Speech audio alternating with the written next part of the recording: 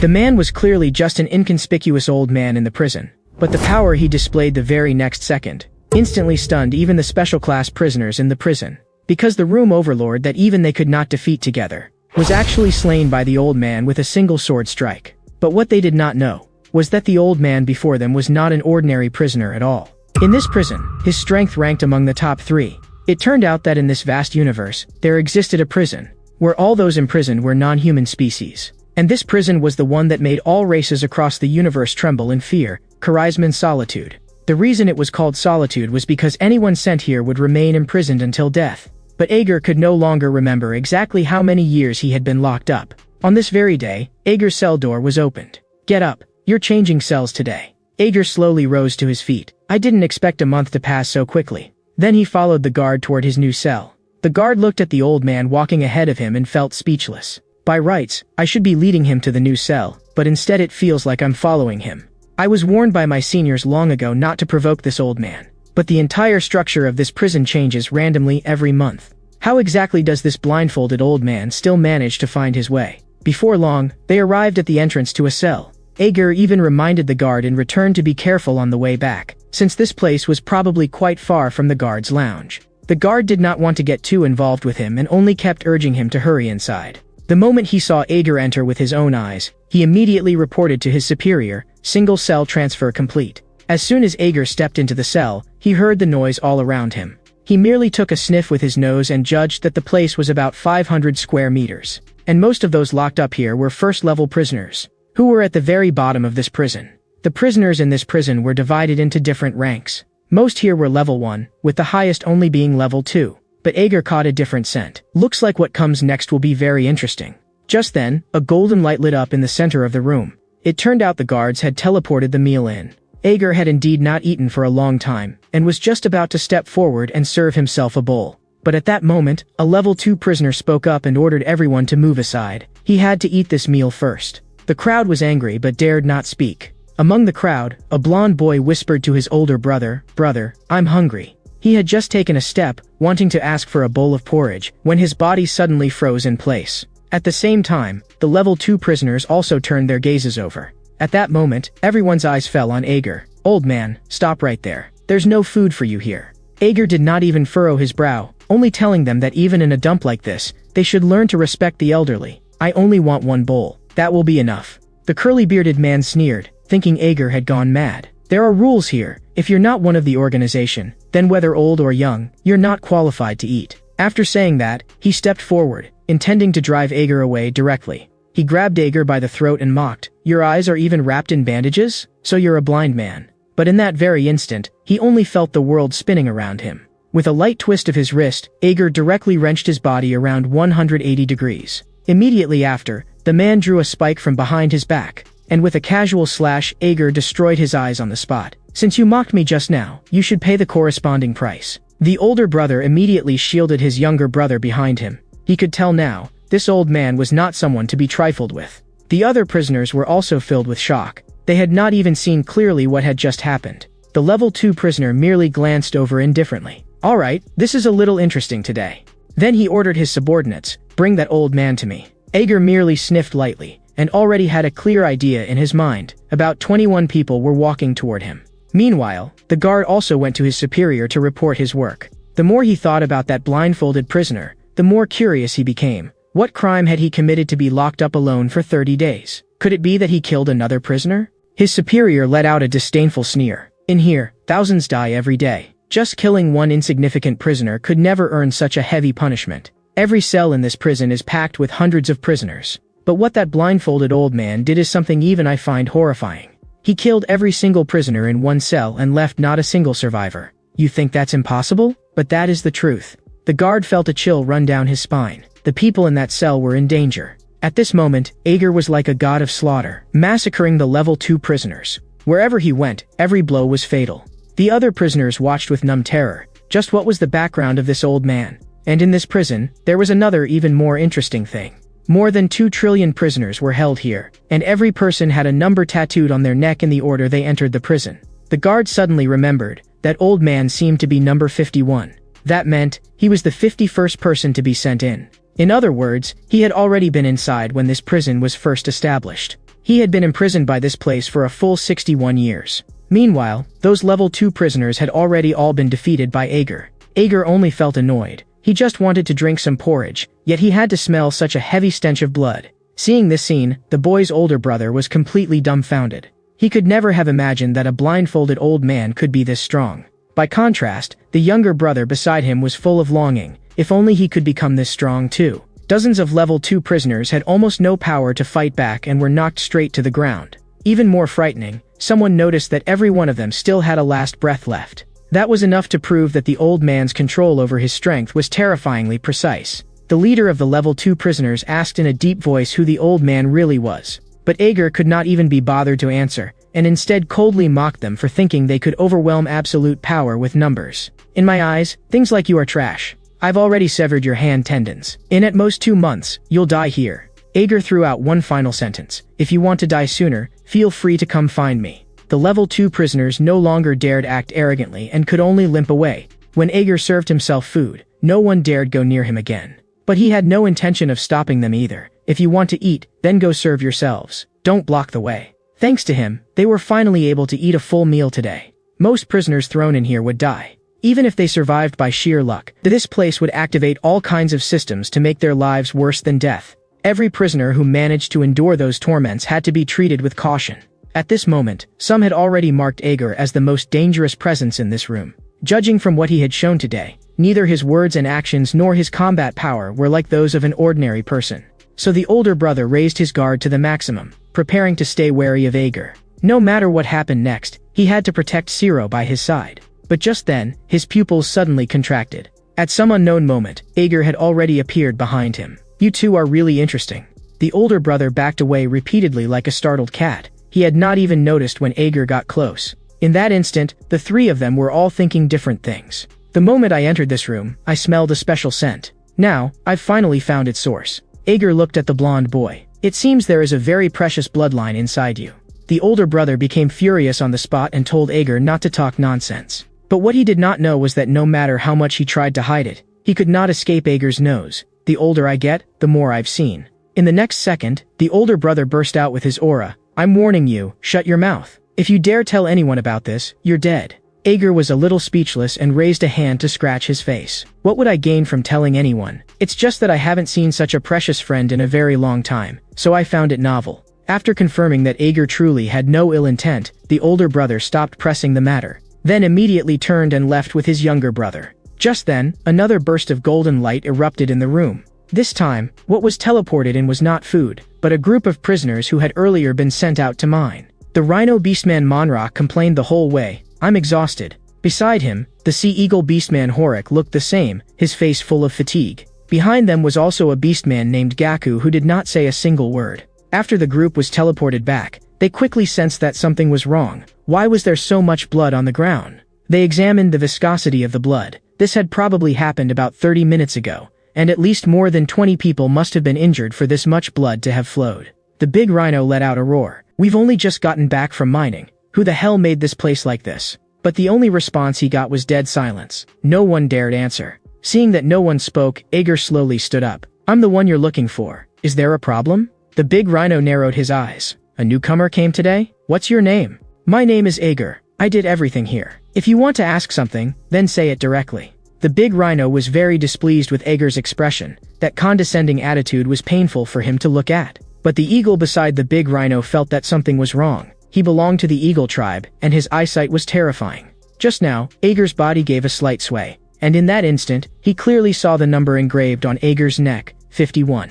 The eagle did not hesitate in the slightest and immediately stepped in front of the big rhino, telling him to stop. The big rhino was baffled on the spot. Why are you stopping me? He's just an old man, isn't he? But at this moment, the eagle was already covered in cold sweat. He ignored the big rhino completely and only spoke to Ager. We won't provoke you, and please don't interfere with us. Ager gave a low then turned and walked away. If you don't provoke me, I won't trouble you either. Before leaving, Ager tossed out one last sentence. Let's live in peace like that. Only after confirming that Ager had really gone far away did the eagle finally let out a breath of relief. Just then, the prison broadcast sounded again. Lights out time has arrived. Activating no standing system. Everyone lie down with your backs pressed flat against the ground. This was one of the 4 major systems of the prison. namely the gravity control device on the prisoners' bodies. Once sleep time began, everyone would be suppressed by gravity and unable to stand up. Even if someone forced themselves to stand, they could be electrocuted to death on the spot. So no matter how unwilling they were, they could only lie down obediently and wait for dawn. But just then, no one noticed. A red insect crawled out from a crack in the ground. It silently climbed onto one prisoner's calf. Then it found a blood vessel beside one of the leg hairs and began sucking that prisoner's blood. Lying on the ground, the big rhino asked the eagle in a low voice, "Why did you stop me just now?" In the big rhino's eyes, Ager did not look all that strong. Had the eagle seen something? The eagle let out a long sigh and said only one sentence, "I saw it." But when he spoke his next sentence, his whole body was trembling. The eagle's voice shook. "I saw 51 engraved on his neck." The eagle had absolute confidence in his eyesight, so he was certain beyond all doubt, that was 51. After hearing this, the big rhino could not stay calm either. If he really is 51, then how long has he been in this prison? Even the eagle could not say for sure, but most likely, he came in when the prison was first established. So he does not even have a rank assigned like we do. And don't rush to apologize either. He doesn't look like the kind who holds grudges, so there's no need for us to clash with him. Just as the big rhino was still suppressing his anger, two pebbles suddenly struck the ground beside him. The two of them tensed up instantly. Everyone is being restrained. Who made that noise? They turned their heads and saw that not far away, a group of zombies had appeared, crouched over prisoners and tearing into them. That sight scared the souls out of everyone still alive. The eagle's face turned deathly pale the moment he saw those zombies. Ager noticed the commotion over there as well, and only found it unbearably noisy. He might as well go back to the solitary cell for some peace and quiet. He tilted his head and saw that all the zombies had insect bite marks on their legs. Ager smacked his tongue. "During the time I was locked in solitary, who opened the bug chamber?" In the next second, Ager began forcibly breaking free from the immobilizing restraint. Immediately after, arcs of electricity crawled over his entire body. By the time the zombies rushed in front of Ager, he had already sat up. He let out a low laugh. "If I don't deal with you, I won't be sleeping tonight. This electric system on my body feels like nothing more than a tickle." The zombie horde surged toward everyone like a tide. Seeing this, the older brother's heart pounded wildly. Then his fists also began forcibly breaking free from the immobilizing restraint. He could not understand why so many zombies had suddenly appeared here. But there was no time to think about that now, and he immediately told Ciro to climb onto the rock behind them. Then he gritted his teeth against the pain and forced himself to stand, while the electric system crazily subjected him to high-voltage shocks. The instant he stood up, the zombies lunged right in front of him, and the older brother's face began to change shape, while fur rapidly grew over his skin. "Come on, if you've got the guts, then come at me." In the next second, his clothes were torn apart by the expansion, his hands turned into beast claws, and his movements could no longer be suppressed. The charging zombies were shredded apart by a single swipe of his claws, instantly reduced to mangled pieces. On the other side, the big rhino also did everything he could to force himself upright and resist the zombies head-on. But their side was fighting with extreme difficulty and clearly could not hold on for much longer. And the more they fought, the more wrong it felt. These zombies were like an endless supply, and the more they killed, the more appeared. As beast men, they could barely withstand the electric system, but the ordinary prisoners who could not endure the system had it much worse. They had only one ending, to be bitten, and then become new zombies. The more the big rhino fought, the more alarmed he became. Why could the zombies keep standing, completely unaffected by the electric system? Gritting his teeth, the eagle guessed, they were already dead, so the system had no effect on them. But looking at the densely packed horde before them, both of them began to panic. The zombies were closing in like a sea of people. No matter how strong they were, they would be worn to death alive. On top of that, the electric system was tormenting them to the brink of collapse, and they could hold out for at most 5 more minutes. The eagle immediately came up with a plan and prepared to brace himself against a rock for a while, at least to avoid falling. But at that very moment, the eagle saw the most terrifying sight. A figure wrapped in electric light streaked past, so fast that the naked eye could not catch it at all. Accompanied by one heavy step, Ager suddenly leapt up and went straight above the zombie horde. Though his eyes were blind, he could still sense everything here with perfect clarity. With a casual swing of the weapon in his hand, more than a dozen zombies fell instantly. The zombies' claws and fangs struck Ager's body, yet they could not hurt him at all. They could only be slaughtered by him one-sidedly. Ager's figure was like a bolt of lightning. After cutting down one group, he flashed to another. The bigger his movements became, the more frenzied the electric system grew. Its intensity even increased tenfold, yet it still could not suppress him in the slightest. The big rhino was completely dumbstruck. How could this old man be this strong? In less than a minute, Ager had actually cleared the entire area of zombies. Everyone stared fixedly at Ager, with the electric system restraining him, being that fast was something no one would believe if they were told. Yet Ager looked as if nothing had happened and said calmly, "It's good that you're still alive. Fortunately, you weren't bitten by bloodthirsty zombie fleas." With the crisis over, everyone collapsed onto the ground. After hearing Ager's explanation, they finally understood where the zombies had come from. So beastmen are already far stronger than ordinary prisoners to begin with, and after turning into zombies they become even harder to deal with, which is why he stepped in to save them. But at that moment, the beastman Gaku also turned into a zombie and slowly approached Ager. And Gaku was precisely the close friend of the eagle and the big rhino. The big rhino was so tense that his voice turned hoarse. "Sir, this guy is a beastman. Has he become a zombie too?" Ager sighed inwardly. He knew Gaku was their friend, but unfortunately, he had not been able to save him. In the next second, his figure moved, and with a swipe of his fingertips, he went straight for Gaku's neck. But the physical abilities of beastmen were stronger than those of ordinary races, and at the very last moment, Gaku forcibly stepped back and dodged it. Ager let out a low chuckle. A little trick, but beastmen really do react fast. The eagle only felt that this was absurd to the extreme. This old man could actually ignore the electric system and move as he pleased. Just what level had his strength reached? Even more terrifying, he could effortlessly evade Gaku's counterattack as well. The eagle could not understand why Ager's speed was so unbelievably fast. After failing to bring Ager down for so long, Gaku was clearly becoming more and more frenzied. With a roar, he directly began his beast transformation. Seeing this, cold sweat broke out on both the big rhino and the eagle. Once transformed, Gaku's combat power would surge dramatically, and his beast form was a canine man, specifically a Doberman, one of the fiercest of dogs. But Ager only said coldly, "Whether you transform or not, it makes no difference." In the next instant, Ager's figure flickered, and he first drove a kick into Gaku's lower abdomen. Then, using that brief opening, he circled behind Gaku. Ager's 5 fingers clamped down fiercely, his nails sinking directly into flesh, while his right leg locked around Gaku's neck, completely sealing his movements. With a flip of Ager's right hand, the spike dropped into his palm. Under the dazed stares of the big rhino and the eagle, he drove the spike viciously into the Doberman's neck. The eagle's body began trembling uncontrollably. His instincts were sounding a frantic alarm. If he wanted to survive in this prison, he had to follow the man before him. After dealing with Gaku, Ager shifted his gaze toward the two brothers' side. They were somehow still holding on. In the next second, he slammed the dog's head heavily onto the ground. The big rhino hurriedly asked Ager where he was going. Right now, he had no desire at all to leave Ager. This place was far too dangerous. But Ager did not answer and simply grabbed the spike and charged forward. His figure was as fast as a shadow, and in the blink of an eye he cut behind the zombies and began slaughtering them from the rear. In just a little over 10 seconds, he had cut down several more zombies. Seeing this, the blonde boy was so shocked that he lost his voice. Even the older brother was the same. Why was this old man this strong? At this moment, the prison cell had become Ager's personal slaughterhouse. The older brother's legs were nearly giving out from fright. He actually wiped out all the zombies over here. Just who exactly is this old man? 3 minutes later, the place had become completely quiet, and all the zombies had been dealt with. And the appearance of the zombies had been the work of the prison system from the start. All prisoners, stand up. Morning roll call will begin shortly. There had been a total of 94 people, of whom 80 were dead. Including Ager, 14 had survived.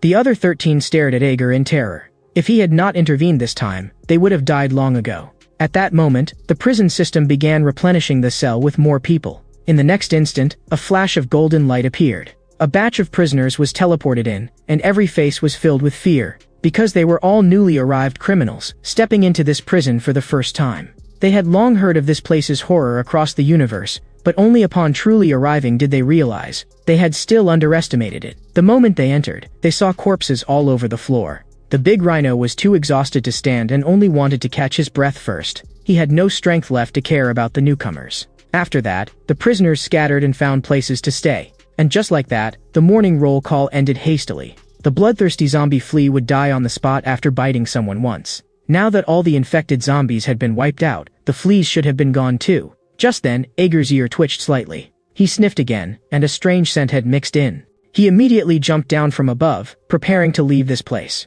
Then everyone saw Ager walk straight to a large door. The others were confused. What was the old man doing standing at the door? They saw Ager place his hand on the door. With only a light push, he pushed it open. Without paying any more attention to the prisoners behind him, he walked in alone. At that moment, some newcomers wanted to follow him out, but the eagle stopped them directly. If you want to die, then follow him. Use your brains. If the door isn't locked, why don't we go out? Because no one who has ever walked through that door has come back alive. There is a monster in that corridor. It could easily tear apart every prisoner here. The strength of that kind of monster is beyond your imagination. At this moment, Ager was only calmly following the scent ahead, as if he had run into an old acquaintance. Behind the door stood a goblin. Ager and he were old acquaintances, and this time the other party had come specifically to find Ager. Ager casually greeted him and asked what he wanted. Then the goblin, named Jacob, took out a long roll of paper. He wanted Ager to draw the map of this place on it. Because the place had changed just the day before yesterday. Every change would completely renovate and reorganize the entire structure of the prison on a regular basis, and this process was called a shift. So remembering every path in the prison was almost impossible. But Ager only took a few minutes to draw the entire map perfectly. Jacob was astonished as he watched. No matter how many times he met Ager, all he could do was marvel. This was absurd. To express his gratitude, he handed Ager some food he had collected. This was exactly what Ager wanted. It seemed Jacob understood him well and had prepared these things on purpose. Before Jacob left, he also threw Ager a piece of high-level intelligence. He said that today, a summoning would occur in the low-level prisoner area. After hearing this, Ager sighed in a low voice. Quite a few people were going to die again. With that said, he stood and prepared to leave. Contact me if you need anything. But Jacob had one more sentence. Have those guys been bothering you lately? Ager paused for a moment, then understood whom he meant. In this prison, the only ones who would dare provoke Ager were probably them. He told Jacob not to worry. Those guys had been very quiet lately. After returning to the room, Ager touched the doorframe and discovered the words good storage carved on it. So-called good storage should refer to that child. At the same time, he also understood. The warden had deliberately arranged for him to enter this cell. Perhaps, for him, that was a good thing. Meanwhile, the prisoners in the room were practically about to explode. They smelled an extremely rich aroma of meat. At that moment, Ager took out the meat Jacob had given him and spread it directly on the ground. As the smell of meat burst out, a group of newcomers immediately lunged forward to grab it. But in the next second, an attack slammed hard into them. The eagle had made a move. I advise you not to provoke him, or you will definitely regret it. The big rhino also let out a roar and forcibly cowed more than a dozen people into retreat. Do you want me to twist off your arms first, or your legs? These newcomers had never seen anything like this before, and on the spot they were so frightened that they scattered in all directions. Ager let out a low laugh. Thanks, Sparrow brother. But the other party corrected him coldly. I'm a sea eagle. Seeing the meat, the blonde-haired boy swallowed hard. He had not eaten something like this in far too long. Hearing their stomachs growling, Ager said flatly, come eat, while it's hot. After a full meal, they had finally eaten something decent. The eagle was very courteous and solemnly thanked Ager, also thanking him for saving them in last night's zombie battle. But Ager said, you're wrong. The eagle froze, not understanding what he had said wrong. Ager's voice was very cold. In this prison, being alive is not worth gratitude, because being alive will turn you into a curse. I can smell the desire on you, but I still have to ask, do you really want to keep living here? Everyone was stunned. Who would not want to live? Was that not instinct? Ager continued asking, what if your instinct wanted you to die? For a moment, the eagle and the big rhino had no answer. How could instinct force someone to die? Ager stared at them. Even so, do you still want to go on living here? The eagle and the big rhino nodded at the same time. They did not want to die here. Zero also spoke up and said he wanted to live on, because he still had something he absolutely had to accomplish. After hearing that, Ager nodded in satisfaction. The agreed deadline is 66 years, and it's almost here. To achieve my goal, I need more companions. So Ager told them the intelligence Jacob had given him. All of you, get ready. A summoning will happen today. At the very moment his words fell, a burst of flame erupted from the center of the room. A two-headed, four-legged monster was forcibly summoned out. The moment it landed, it began spewing fire wildly. That thing was called a fire salamander. This scene left the prisoners with no time to react at all. And in the next second, some of them died directly in the sea of flames. Others reacted and tried to run, but were still caught and swallowed by the fire. Everyone felt that the fire salamander had gone mad. Was it trying to burn this whole place to ashes? The eagle hid behind a rock together with Ager and asked in a low voice, is this the summoning you were talking about? The flames were still spreading, and more people were dying. But Ager kept his voice low. Don't panic. As long as I'm here, you won't die. The moment it appeared, I had you turn this place into a temporary stronghold. As long as you stay here, you can survive. And I can sense it, it'll be charging at us soon. You must do exactly as I say. Very soon. The fire salamander changed direction and blasted flames straight toward them. Fortunately, there was a huge rock in front of the big rhino, blocking most of the fire and at least preserving their lives. Even if they were burned, they would not be directly incinerated to death. Taking advantage of the gap when the fire salamander paused to breathe, they hurled the mud they had prepared at it as hard as they could. Those who had not had time to shape mud simply smashed it with broken stones. The fire salamander was also a living creature, and it needed to breathe, except that it breathed through its skin. The eagle understood instantly. If mud covered its skin, it would have trouble breathing, its movements would slow, and its vision would also be obstructed. Only after reaching that point was it Ager's turn to act. Ager's figure flashed, so fast that even after images could not keep up, and he stabbed several bloody holes into the fire salamander in succession. In just 2 short minutes, he had completely killed the fire salamander. After the monster fell, the survivors finally dared to come out little by little from their hiding places. Just when they thought this summoning was about to end, another golden light lit up in the center of the cell. The moment Ager heard that sound, his brows tightened instantly. This prison is determined to see us dead. It's actually summoning another fire salamander. Everyone was scared numb, because they knew very well their strength was nowhere near enough to defeat it. Immediately afterward, dozens of newly arrived prisoners were buried in the sea of flames. In truth, dealing with a fire salamander was not especially difficult, but preserving everyone's lives was almost impossible. The eagle asked Ager in a low voice, "What do we do next?" Ager made a decision that sent chills down everyone's spine: retreat into the corridor. The moment they heard that, several faces changed on the spot. But Ager gave them no time to hesitate and directly ordered, "Follow me." The eagle's forehead was covered in sweat, whether from the heat or from fear, he did not know. The big rhino could no longer care about saving face, and tears streamed down his face. "Didn't you say it's even more dangerous outside? Then why are we all going into the corridor?" The eagle grabbed the big rhino at once. "Stop talking nonsense. Right now, only by following Ager are we safe." In the brief moment the big rhino froze, the fire salamander behind him had already caught up. At the same time, Ager's figure flashed and shot straight toward the big rhino. With a casual slash, he killed the fire salamander on the spot. "You just said you didn't want to die here for nothing. Then come with me." After witnessing that, none of them dared say another word. Wherever Ager went, they followed. They walked all the way deeper inside. The eagle felt a chill in his heart. Even with his eyesight, he could not clearly see the road ahead. Was this the corridor that was even more dangerous than the cell? Ager lowered his voice. "All of you, stay sharp. We may run into other prisoners here, especially level 3 and level 4. The moment you lose focus, they'll kill you." The eagle took the initiative to speak. "My eyesight is good. I'll watch the rear." Ager nodded. "I'm leaving the back to you. Remember, absolutely do not fall behind." The eagle's instincts told him that something in the distance was staring at him. Very soon, he became even more certain. There was something in this corridor, and it was extremely dangerous. He immediately turned and said to Ager, "I think it'd be safer to go back to the cell." But the moment he turned his head, he found that there was not a single person in front of him. The eagle instantly broke down in terror, and tears rushed out on the spot. "What's going on? Could I really be the only one left in the corridor? Where did old man Ager go?" At the same time, on the other side, the big rhino was also anxiously calling out for his companions. Ager coldly interrupted him. "Don't shout. There are too many dangerous things in the corridor. You're attracting monsters. If you want to stay alive, do as I say." The big rhino trembled with anger. He did not know whether he would ever find his companions again. Ager told him not to panic. "Let's just hope that when we find him, he isn't a corpse." Then they continued deeper inside. Suddenly, Ager stopped and sniffed the air. He sensed something wrong ahead and raised a hand to signal everyone to stop. They carefully hid in the rear and looked downward. Below them was a monster whose hands were as sharp as scissors. Ager knew it. It was strong enough to easily kill level 5 prisoners. It's called Head Cutter. It has a habit. It specializes in cutting off its enemies' heads. And it has a violent temper, so you'd better not let it see us. The fact that it's appeared here means there are no safe zones left here. By contrast, things on the eagle's side had gone terribly badly. In the corridor, he had actually run into an ogre. He immediately used his flight ability and tried to escape, but the ceiling here was too low, and the terrain too complicated. He simply could not fly free. At the very moment he thought he could get away, a giant hand suddenly grabbed him.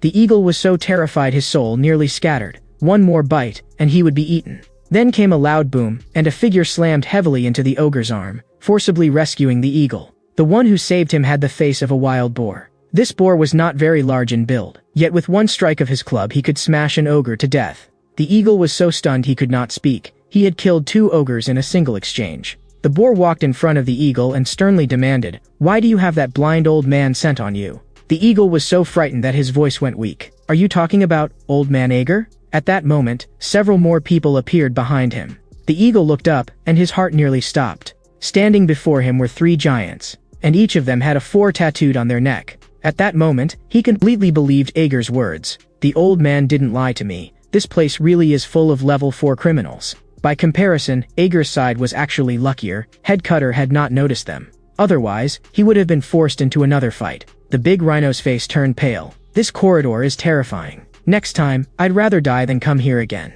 Ager replied flatly. I think this place is good for a walk. It's not scary at all. If you're afraid, go back to the cell. The big rhino exploded instantly. I'm not a coward. I won't abandon my friends. If I can't get my companion back, I'm absolutely not going back. Ager nodded, his tone showing rare approval. That's what I like to hear. Then let's keep looking. The big rhino was still uneasy. Do you really know where my friend is? You'll see him soon enough. Don't worry. At this moment, the eagle was being gripped by the throat by the boar. I just share a dorm with him. That's all. I'm really not connected to him. The 3 behind the boar asked what was going on. The boar gritted his teeth and cursed, this guy carries that old man's scent. The 3 men's eyes widened instantly, and cold sweat broke out immediately. That blind old man was taboo here. Merely hearing his name made people shiver inside. The moment they heard Ager, they already wanted to turn around and run. Then a red-haired man spoke up and said he wanted to talk to the eagle. The eagle lay on the ground, his legs trembling weakly. Ask. I'll tell you everything. The red-haired man lowered his voice. Relax, we won't hurt you. There are many people in the prison watching old man Ager. If you stay close to him, those people will watch you too. Even if you had 10 lives, it wouldn't be enough. The eagle swallowed. The people you're talking about, who exactly are they? The man answered in a deep voice. They were monsters whom even these people did not dare meet eye to eye. So no matter what you do, be careful. In the next moment, this man released his ability. In only a short time, the injuries on the eagle's body were healed by him. He also chanted a spell to calm the mind. You can leave with peace of mind now. After doing all this, they turned and left, all the while muttering, thank goodness that terrifying old man isn't here. But for the eagle, he had become alone once again. After his body had recovered enough to move freely, he stepped into the darkness again to search for his companions. Not long after, the eagle heard the familiar voice of the big rhino. The big rhino immediately rushed over. You're still alive, thank goodness. Panting, the big rhino said, Ager led me to you. His nose is unbelievably sharp. Then he told Ager everything that had happened before. Someone who believed in the light constellation had healed his wounds. After hearing this, Ager remarked that he was lucky. Fortunately, the one he had met was not someone who believed in the empty seat. It turned out that there really were beings in the universe close to gods, known as the light constellation. Standing opposite them was the dark void seat. Whether they believed in the light or the dark, most of them were fanatics. They believed that faith could guarantee where they would go after death. It was the same in this prison, where the forces of faith were likewise divided into different factions. I didn't expect the little sparrow to survive the corridor. That means his growth potential is very high. Moreover, Ager really could smell an extremely strong desire to survive on him. I've tried many times before to raise fangs. It isn't hard, it just takes time. In the future, they will all become beings that make others tremble in fear. But the problem is, I don't have much time left, so they must grow quickly. Just then, Ager cursed under his breath, damn it. He told everyone to retreat at full speed immediately. The instant they turned around, a huge explosion erupted behind them. It turned out that the head cutter they had encountered earlier had caught up. Everyone was stunned. What rotten luck, to run into it again. But in Ager's mind, the eagle was even more unlucky. He had only just gotten his life back, and in the blink of an eye he was being hunted again. Running at the back, the eagle urgently asked Ager whether there was any way out. Since Ager had decided to train them, he could not abandon them here. Headcutter's target should be me, so I have to split up from you. There happened to be a passage ahead, and they dove into it without hesitation. Headcutter was too large, and for the moment it could not squeeze inside. Lowering his voice, Ager made the eagle remember this. Starting from the next fork, take them left, right, and you'll get back to the cell. Once you've gone far enough, I'll lure Headcutter in another direction. But in the very next second, relying on its terrifying destructive force, Headcutter forcibly smashed its way into the passage. They also took that chance to part ways completely. Just as Ager had judged, Headcutter's eyes were fixed on him. After Ager led the monster away, they finally won themselves a moment to catch their breath. At that moment, Brother suggested, will the old man really be okay? Should we go back and help him fight? Just as everyone was about to turn back, the eagle immediately stopped them. You're all thinking about this the wrong way. The old man has survived in this prison for so long, something we could never do, which means he has seen far more monsters than we can imagine. Him telling us to go back to the cell is the most correct choice. Going back would only hold him back and be no different from throwing our lives away. Meanwhile, on the other side, Headcutter actually spoke. Can't catch your breath? Legs hurting? Want me to help by chopping your legs off, so they won't hurt anymore? Why aren't you saying anything? At least leave a few last words. Ager merely asked calmly, you want to kill me? Of course I do. You tricked me back then. But Ager had no memory at all of tricking it about anything. That sent Headcutter into a rage. Exactly 4 years, 4 months, 13 days, 3 hours, 45 minutes, and 51 seconds ago, you said you wanted to play rock paper scissors with me. The monster's foul breath blasted over him, blowing Ager's hair backward, but Ager felt that something was even more wrong. By all rights, ghosts and monsters should not have a complete sense of self, much less say something like this, yet it could remember Ager's words, which meant it had been sent by someone. Ager formed a suspicion in his heart. Could it be Saddle? But Headcutter said it had never heard of Saddle and did not know him. Ager raised a hand and scratched his ear. Saddle is that kid from 5 years ago. Grown up now, and he's actually ordering ghosts around. Headcutter let out a strange laugh. Old man, you really are impressive. How did you know it was me? That's not something easy to tell. Ager was almost amused in spite of himself. He was blind, so how could he possibly have seen it? He had only been testing it casually. Saddle, the necromancer who belonged to the demon worshippers. In the next second, Ager's aura suddenly exploded outward. 5 years, and you still don't understand? Compared with me, you're far too lacking. After saying that, he no longer restrained his killing intent. The instant that killing intent burst outward, even Headcutter instinctively felt a chill. The moment the hunt began, Headcutter was crushed before Ager like an ant underfoot. After killing Headcutter, Ager turned and regrouped with the eagle and the others. So they prepared to return to the cell together. But the instant they stepped back into the cell, Zero froze on the spot. Because everyone in the cell was dead. All that remained were charred corpses. Seeing such a horrific scene, Zero's stomach churned, and he immediately wanted to vomit. Ager raised a hand and patted his shoulder. This is the reality of the prison. You have to learn to accept it. Suppressing his nausea, Zero asked Ager in return, do you mean, the weak all die? Ager frowned and corrected him. There is no distinction here between weak and strong. Anyone can die at any time.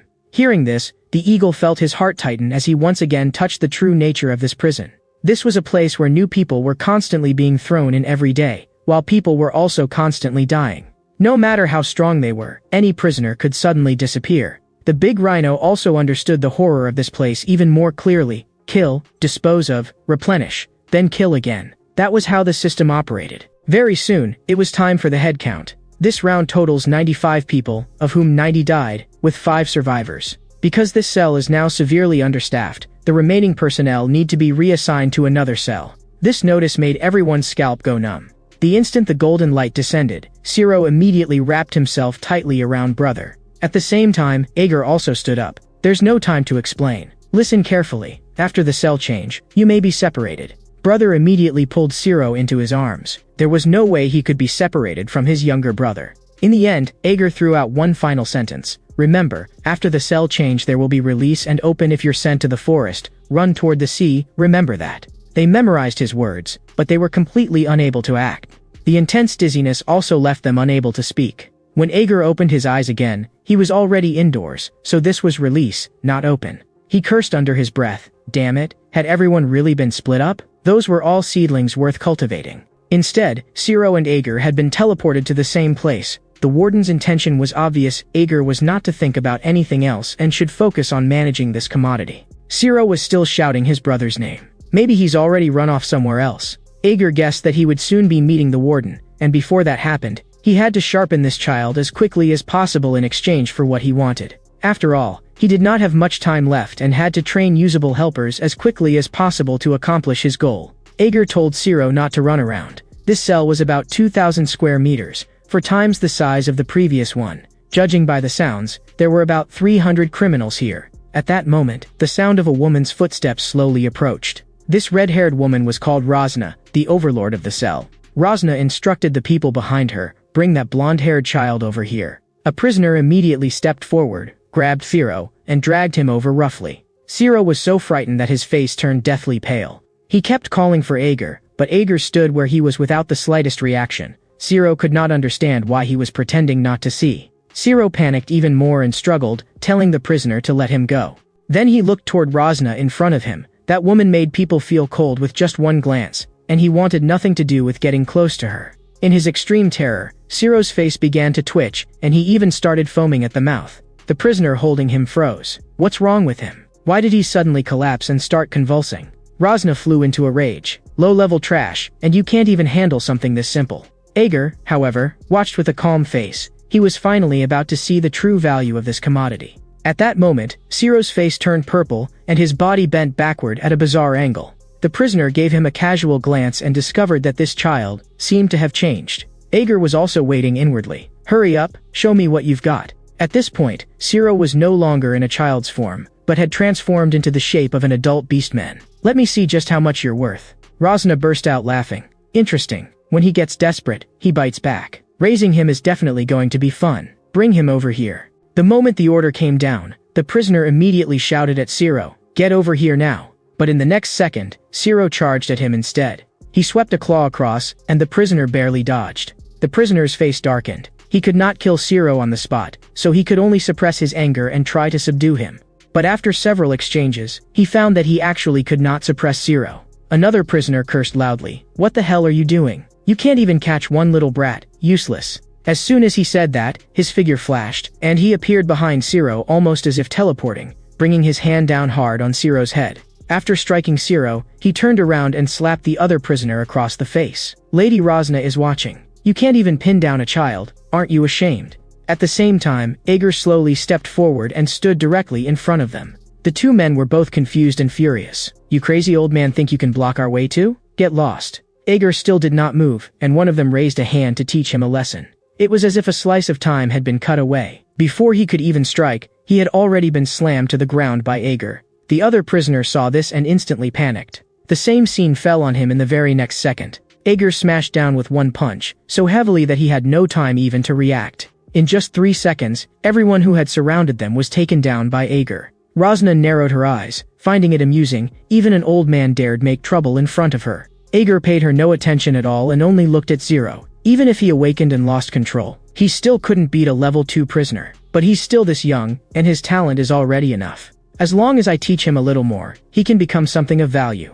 I will train him personally. Behind him, Rosna became displeased. "You may be old, but you've got some nerve. You hurt my people, and you still dare stand there so steadily?" Ager replied lightly that at his age, there truly was not much left to fear. Rosna's eyes turned cold, and she became serious. "I'll tie up your hands and feet, then whip you until you beg for mercy." The whip in her hand cracked sharply through the air. At that very moment, a man's figure came rushing in from the distance at high speed. Rosna looked disgusted. "You always make this much noise every time you show up. I saw them first, so don't interfere." This powerfully built man was called Magan, likewise one of the overlords of the cell. He stared at Rosna. "Leave, while I'm still willing to speak nicely. If you don't leave, I'll start a war with you right here." Instead, Rosna grew excited. "A war will come sooner or later. What difference does it make whether it starts earlier or later? I can start one anytime."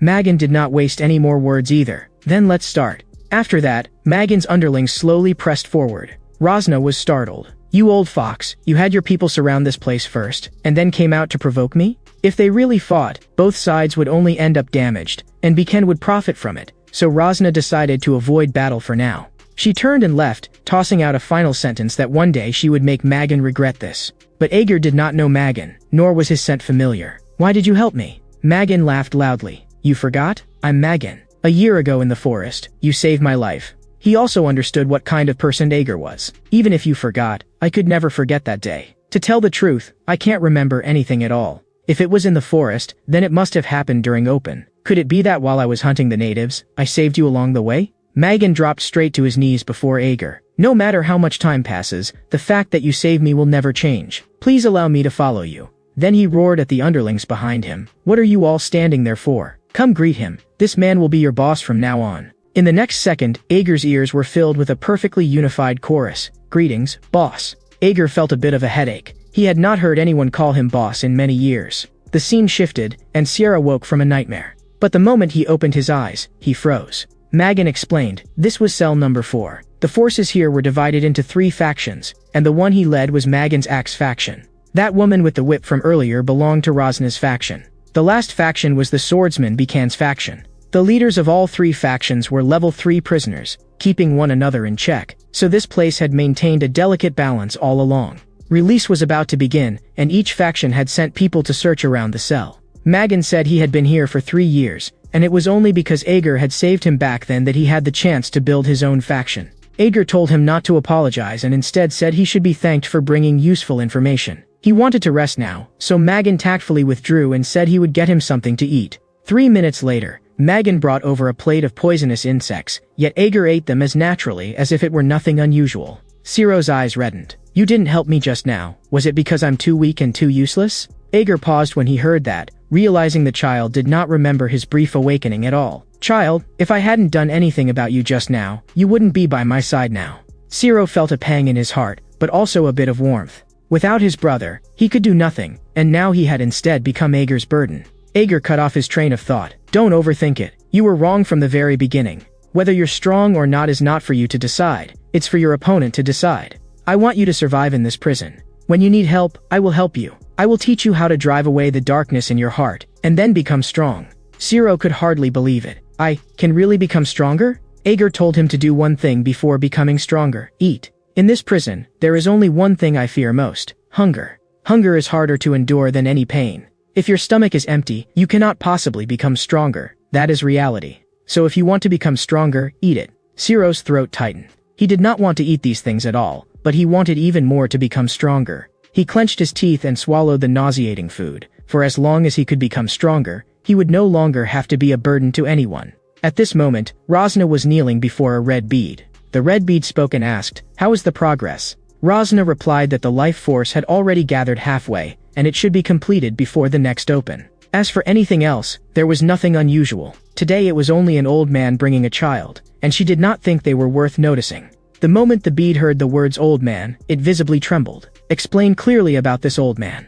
Rosna described Ager, long hair hanging loose, eyes wrapped in bandages. The bead trembled even more violently. "Are you sure?" After Rosna confirmed it, the bead immediately manifested. "I'm going there right now." Rosna was shocked and quickly declared that she would capture the old man before the other side arrived. The bead laughed. "You think you're worthy of laying a hand on him?" But after thinking for a moment, it decided not to reveal the old man's identity. "Since you're so confident, then go kill him." Rosna stood up and said she would use the authority bestowed by the bead to kill the old man. Rosna's aura surged sharply. "I will definitely deliver the prey you want right before you." Meanwhile, Ager began truly teaching Siro the real stuff. The reason he was training Siro was because the child's talent was absurdly high. Finally, on the second day of training, they successfully entered Siro's inner world. Ager slowly said, "Now, we are going to enter your inner world." He reminded Siro that he had to maintain his breathing rhythm, otherwise he could be forced out at any moment, and it could even cause serious trouble. Siro answered softly, "Mm." In the next second, a force pressed toward him head-on and dragged Siro into the depths of his inner self. When he regained his senses, he found that everything around him was pitch black. A chill ran through Siro's heart. Just a moment ago he had been sitting, and now it felt as if he had been thrown into another world. Ager told him to steady himself. "Stay calm. I'm right beside you. This is your inner world." Ager told him that there was only one thing he needed to do: understand the darkness here, and only then could he become stronger. Siro took one step forward. The instant his foot touched the ground, a ring of colored light spread across the floor. In the next second, memories from Siro's childhood surfaced. He saw his parents standing before him, and tears instantly welled up in his eyes. Ager's heart sank, and he immediately shouted to stop him. "Stop! Don't look at the ground anymore." Ager made him listen carefully. "Keep your breathing steady. Do not let it fall into disorder, otherwise you will be forcibly ejected, and something may even go wrong." Siro could also feel his mind beginning to blur. If this continued, it really would not work. After a while longer, Siro suddenly opened his eyes and forcibly withdrew from his inner world. And the scenes he had just seen were all the darkness of his inner world. You must learn to face your own darkness. That is the foundation of your becoming stronger. Ager made him remember that the bloodline inside him was his strongest weapon. Siro looked at his own arm in disbelief. He had never seen himself in this kind of state before. Soon, Siro's stomach began to growl. It was time for his meal. Not long after, Majin brought over today's food. Siro sharply noticed that every time he ate, the uncles across from him showed expressions of disgust. It seemed he was eating into their share of the rations. At the same time, Rosna actually came looking for them and called Magan out to deliver the goods. Magan stared at Rosna with obvious disgust. "Don't stand in front of me shouting like I owe you something."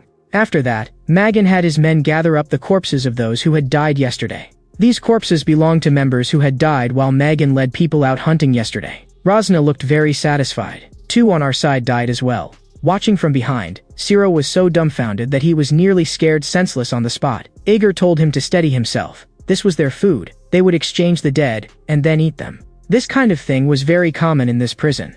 If they did not do this, there simply would not be enough food for so many people to survive. Zero could no longer suppress the urge to vomit, but Ager stopped him. What you ate was monster meat. Throwing it up will harm your body. In a very heavy tone, Ager warned him. No matter how hungry you get in the future, you must never eat people, monsters and insects. You can eat those however you want, but if you become like them, then there will be no saving you. 3 minutes later, the third overlord of the cell appeared. The moment Magan saw him, he stepped forward and asked how today's harvest had gone. But unexpectedly, Beacon had no intention of sharing the spoils with Magan at all. Magan could only apologize to Ager in a low voice. He isn't willing to share the spoils, so today we'll have much less food. And Beacon least wants to see conflict break out in this room, because he wants to turn everyone into his subordinates. At this moment, Beacon wanted to speak with Ager alone, but Zero could smell a very strong odor on Beacon. That smell was the smell of blood. Ager told Zero to go back first while he talked with Beacon himself. After that, Zero was guarded by 2 underlings, both of whom looked displeased. While others were dividing up food, they had to watch a child. But as they kept watching, they actually began to drool. This child's meat had to be tender. A chill ran through Zero's heart, and he was almost on the verge of breaking down. Here, he even began to doubt whether he could really become strong like Ager. There were too many strong people. With his current bit of strength, there was no way he could survive on his own until tomorrow. An hour later, Ager returned, and Zero said Ager was the strongest fighter he had ever seen. He could not help smiling as he asked, "Are you human?" Ager was rendered speechless by the question. "If I'm not human, then who is standing in front of you?" Zero was already close to treating Ager like a god. "You're different from everyone I know. Can you use chi, or magic?" Zero had guessed only half right. Ager could not use magic, but he really could control chi. Ager asked what else he wanted to know and told him to ask everything at once, because they still had to train later. Zero then asked how old Ager was. "I'm 88 years old. I don't really have hobbies. What I like most is taking walks in the corridor. As for friends, I do have 2, and they're both the most reliable backs I have. One looks cold, but his heart is warm. The other looks like a bear." His last question was why Ager had come to this prison. When Ager heard that, he clearly paused. Then he said in a low voice, "My wife died. I came here because of her. She was very beautiful, and when she smiled, she shone. I'll tell you about that another time." After hearing this, Zero also felt so distressed that he could not say anything, and afterward Ager left. But not long later, a rumbling tremor suddenly came from the ground. What happened next shook Zero to his core. He saw a whip coil around someone and yank them into the air. That whip was far too familiar to him. Rosna's figure pressed directly in front of Zero. "Tell me where that old man went." Zero's pupils were full of fear. Ager was not here, and on his own he had no idea what to do. And the look in that woman's eyes was as if she wanted to tear him apart. The pressure she gave off was suffocating. In the next second, Rosna lashed Zero until his skin split and his flesh tore. When the whip struck his body, the pain was so intense he nearly bit his teeth apart. Rosna, however, frowned. Wasn't this the little brat from yesterday who could transform? Forcing himself through his fear, Zero warned her, "If you dare touch me, something terrible will happen." Rosna flew into a rage. "You still dare threaten me?" But at that very moment, Zero's body began to mutate violently. Rosna's eyes turned feverish. "Good. I want to see you transform." The moment Zero completed his transformation, he lunged straight at Rosna. Rosna met him head-on with her whip, and she actually hoped he would last a bit longer, otherwise she would find it boring. But Zero was too young and only knew how to fight on animal instinct. Rosna easily dodged his attacks, then looped the whip around his ankle in one swift motion. With a twist of her wrist, Zero was flung away. In a single exchange, Zero was smashed flat onto the ground. Rosna laughed loudly. "Nice little dog. I'll keep you for now. Stay obediently by my side. Next, we'll see how that old man chooses." Meanwhile, Ager was eating with the 2 major overlords of the cell. Becan's expression was grave. "You're old man Ager, aren't you? I have a question for you." He thought Ager was very unusual, especially because there was no rank mark on his neck, and he wanted to know why. Ager said that he had entered the prison when it was first established, and at that time there had been no rank divisions at all. Magan laughed loudly. "The fact that the old man has lived this long already proves he's strong. And during open, he even saved me in the forest." The 3 of them fell briefly silent. Becan was deeply shaken. This was the first time he had ever seen a prisoner without a branded rank. Becan was also someone who respected strength, and he released a trace of killing intent, wanting to test whether Ager truly had that level of power. In the next second, within the world of thought, Becan severed Ager's head with one sword strike. There was no wind in this prison, yet Magan inexplicably felt a chill on his back. Not only did Ager detect that killing intent, he even saw in his own world of thought what Becan had done to him. The moment Becan saw Ager's expression, he understood the answer. Magan shivered, not knowing why he suddenly felt cold. Ager slowly stood up, preparing to head back first. After all, there was still a child in his room waiting to be fed. After Ager left, Baiken unconsciously tightened his grip on the sword on the ground. That killing intent had been so faint that even Magan had not noticed it, yet Ager had noticed it and shown no reaction at all. That alone was enough to prove that Ager was a true powerhouse. Ager, I will remember you. Meanwhile, on the other side, Siro had already been taken away by Rosna.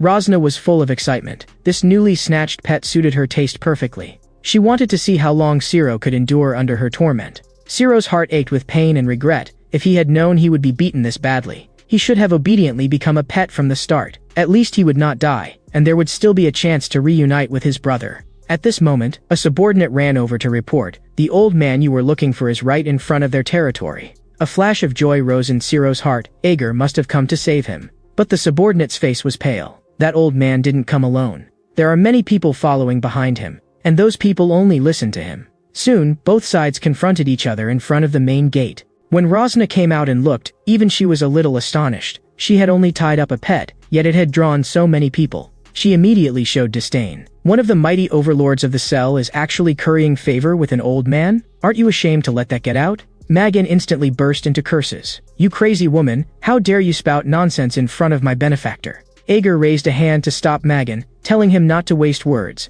and spoke directly to Rosna. "Release my friend." But Rosna was not swayed at all. "I caught him, so he's mine. Who told you not to protect him well enough? In this prison, it's hard to find another gem this cute. So no matter what you say, I will not let that child go." Ager found her laughable. She had no idea what that child truly meant. If you keep him by your side, the only end waiting for you is death. Rosna did not believe him. In her eyes, this was nothing but bluffing.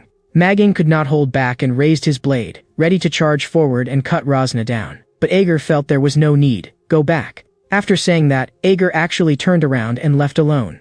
After returning, Ager thought to himself, it would not matter if he rescued him a little later. They would not kill Siro. And they could not kill Siro either. The merchandise would not be harmed. Because that powerful warden would always be watching the course of the whole matter. And just at that moment, Ager's nose twitched. He smelled a very familiar scent. Even if Siro had not asked today, I still would have remembered my former companion. When Ager reached the corridor, he heard a voice. It's truly been a long time. The owner of that voice was the very person Ager had mentioned to Siro today. The friend who looked cold on the outside but was warm inside. Ager spoke to her. "Looks like you saw me while passing by." The woman before him was named Alice, her long hair falling down around her. She said, "The concentration of darkness is too high. I couldn't pretend not to see it, so I followed over to say hello. How has your health been lately?" One sentence from Ager made her freeze. "My health is terrible. I may not have much time left." Hearing this, Alice decided to help Ager clear out the prisoners in the cell. She sensed that several servants of demon worshippers were mixed in there.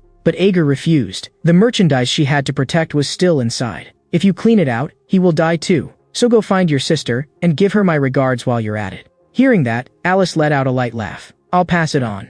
Alice's footsteps seemed as if she were stepping on air. In the next second, she suddenly embraced Ager. "If you need anything, just tell her at any time. You are their benefactor." The moment those words fell, she disappeared. Ager sneered inwardly. "No matter how useless I may become, it still won't come to the point where I need a child to help me." Then he pushed open the cell door. "Looks like I really am old. In the past, I would only solve problems head-on, but now it's different." The moment Ager stepped into the room, he triggered the no-standing system. Lightning began to restrict his movements, but to him it posed no threat at all. Looking at the prisoners lying on the ground, Ager slowly drew out his weapon.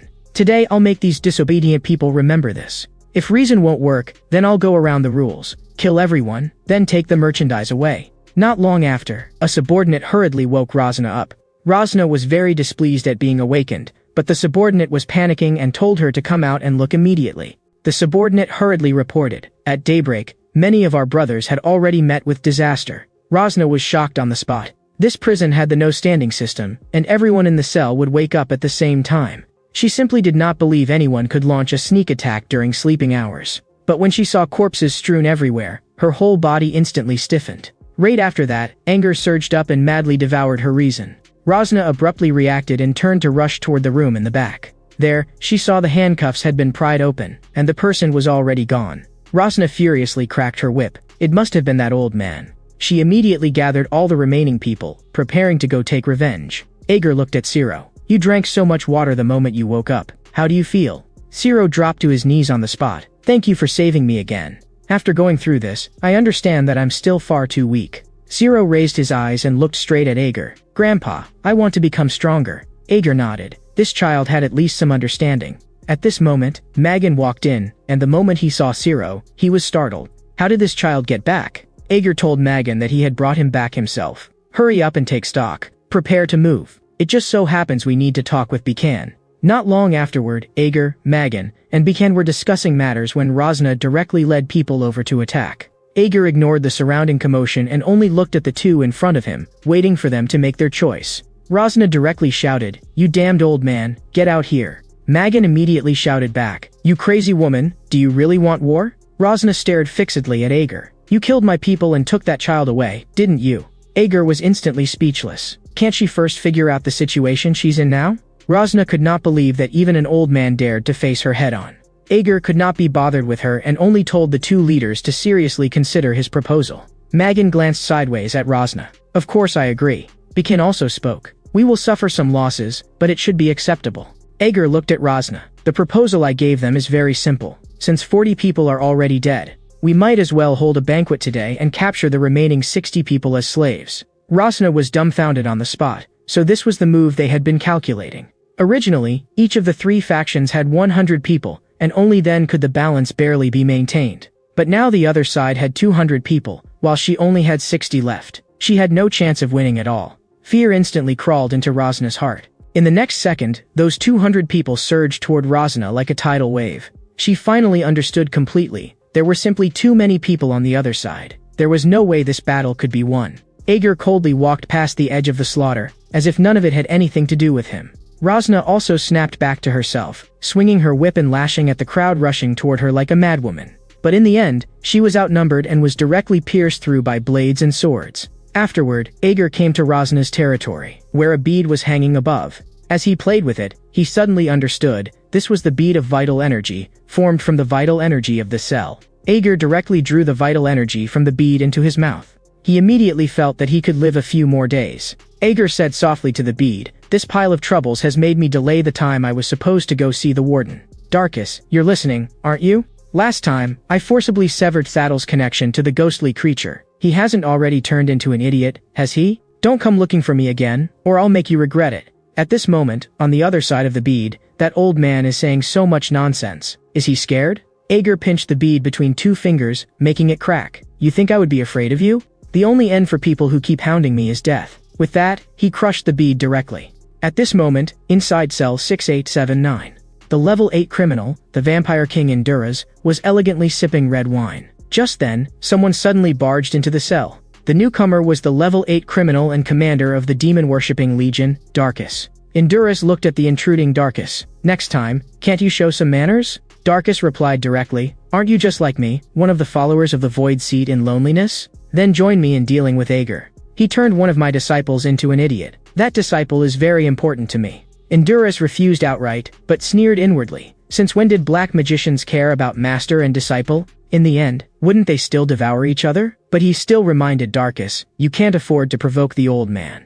Darkus found it laughable and instead mocked Induras for being a coward. After saying that, he turned around and left. Induras muttered in a low voice, "What a reckless little fool. Against the old man. Does he really think he can do it? Among this group of lonely criminals, could it be that no one has ever thought of dealing with him? And yet he is only human, but he has endured in loneliness for decades and still remains alive. If that doesn't say enough, then what does?" Meanwhile, another battlefield had already come to an end, and everyone was dividing the spoils of victory. One subordinate was reporting the gains from this battle to Bikan.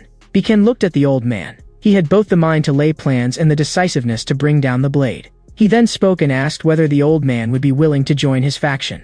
Ager politely refused. Bikan did not understand. Why? Ager told him that he was old and no longer suited for fighting and killing.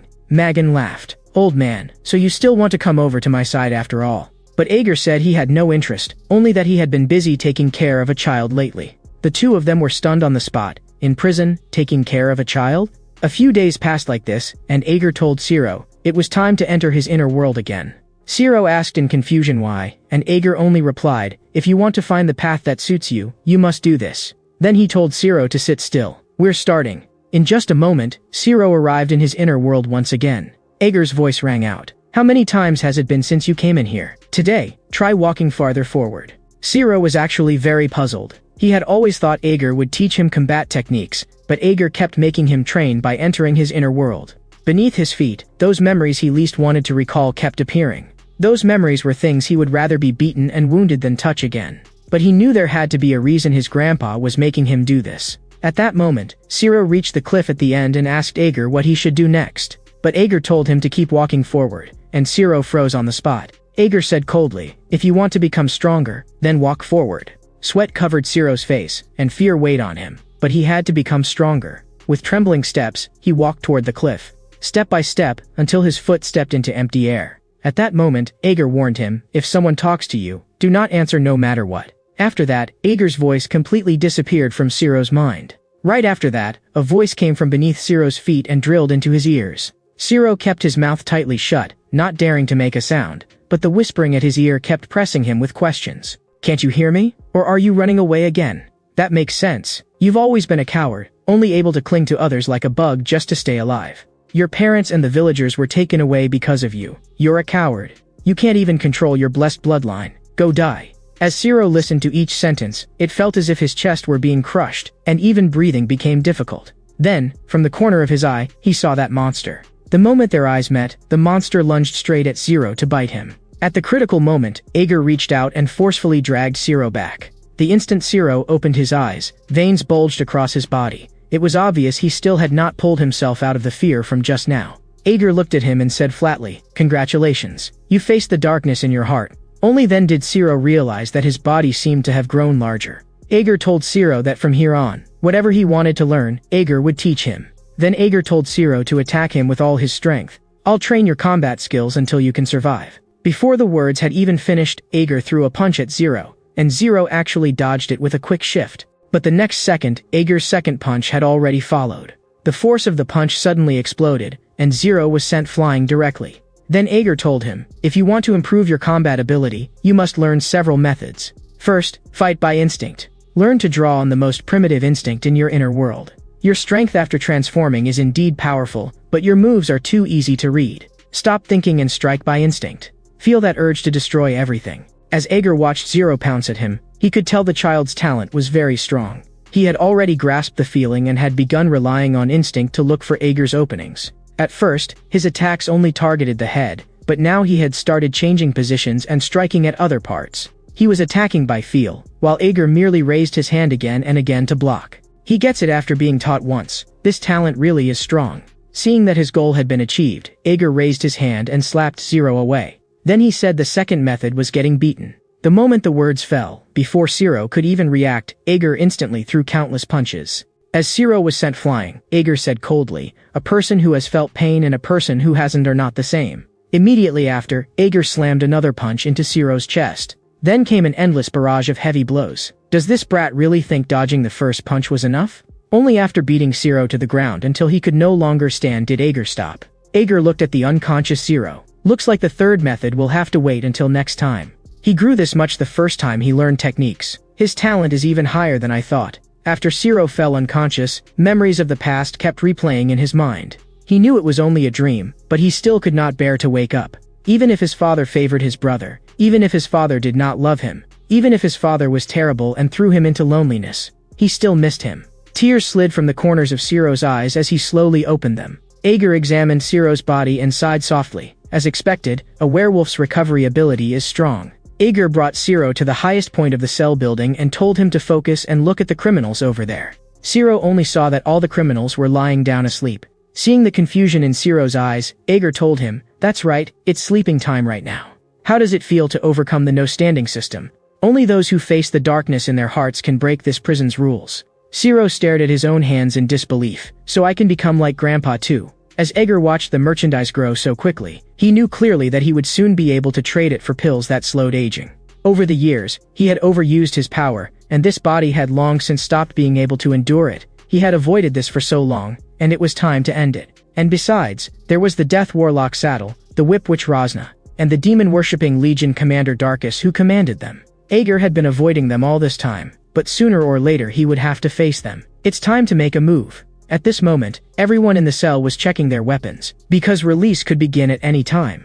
Looking at the busy crowd, Zero asked in confusion, "Why is everyone so busy?" Ager answered, "Today is release day. Release is a system created to deal with all kinds of preparations by criminals. Today, many people will die." At that moment, a virtual window suddenly popped up in midair inside the cell. A voice came from the window, "Release is about to begin."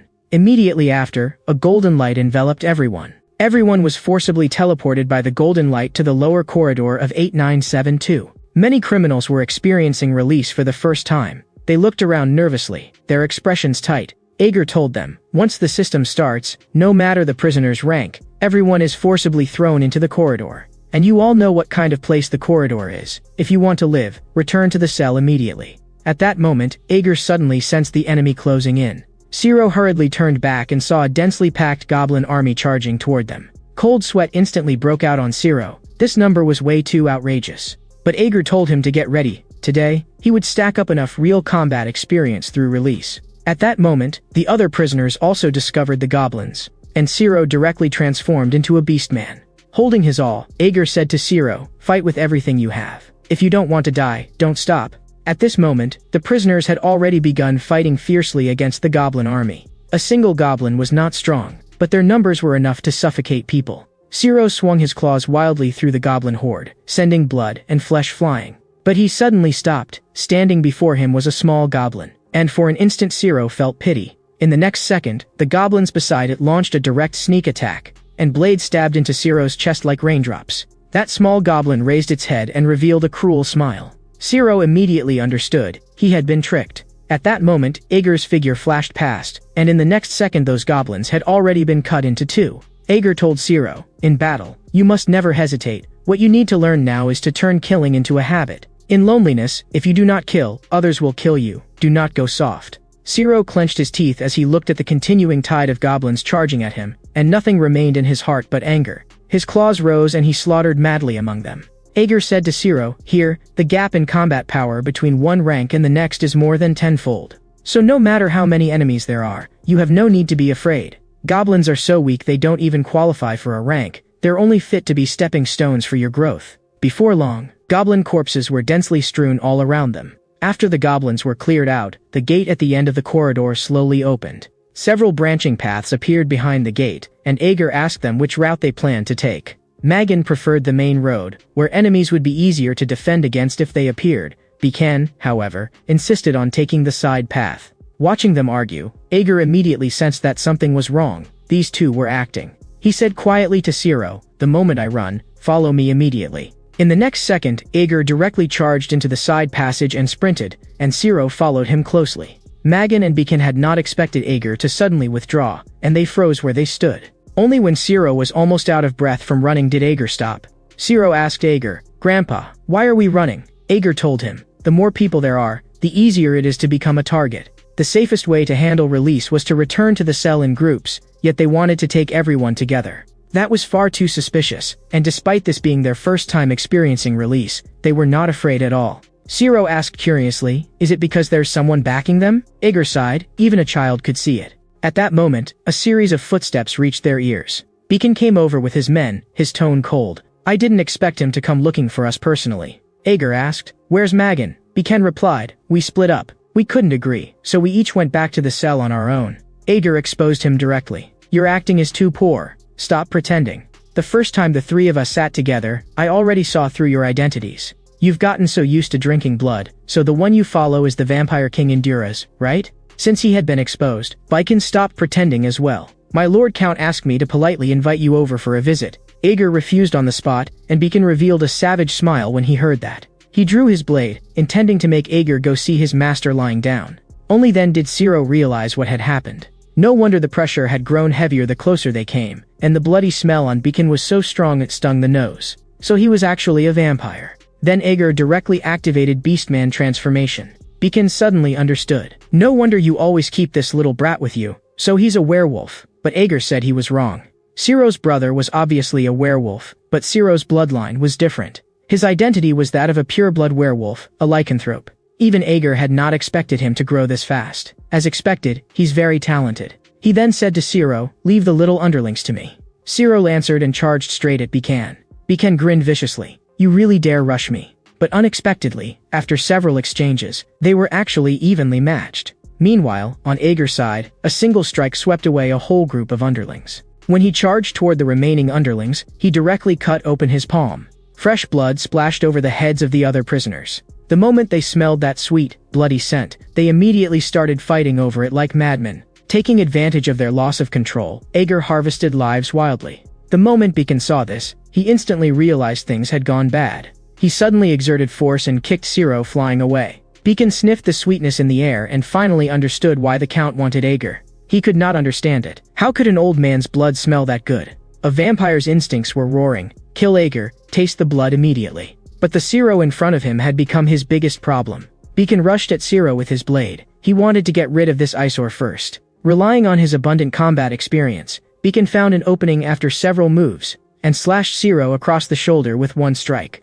But Bikan's pupils suddenly shrank. Zero's flesh and blood on his arm were writhing and reforming. It healed within moments, but the pain made Zero's fury explode completely. Taking advantage of Bikan's moment of shock, Zero blasted him away with one punch. Bikan crossed both arms to block the blow, but a chill rose in his heart. This child was improving far too quickly. But in the next second, an awl suddenly pierced straight through Bikan's chest. Aeger coldly yanked it back out, and Bikan was gravely wounded on the spot. He had never imagined that in such a short time, Aeger had already slaughtered all of his subordinates cleanly. Blood sprayed wildly from Bikan's body slowly dropped to its knees. As Zero watched Bikan fall, he could not quite describe what he was feeling. 3 weeks ago, he had still just been a child barely surviving behind his brother, utterly powerless against anyone.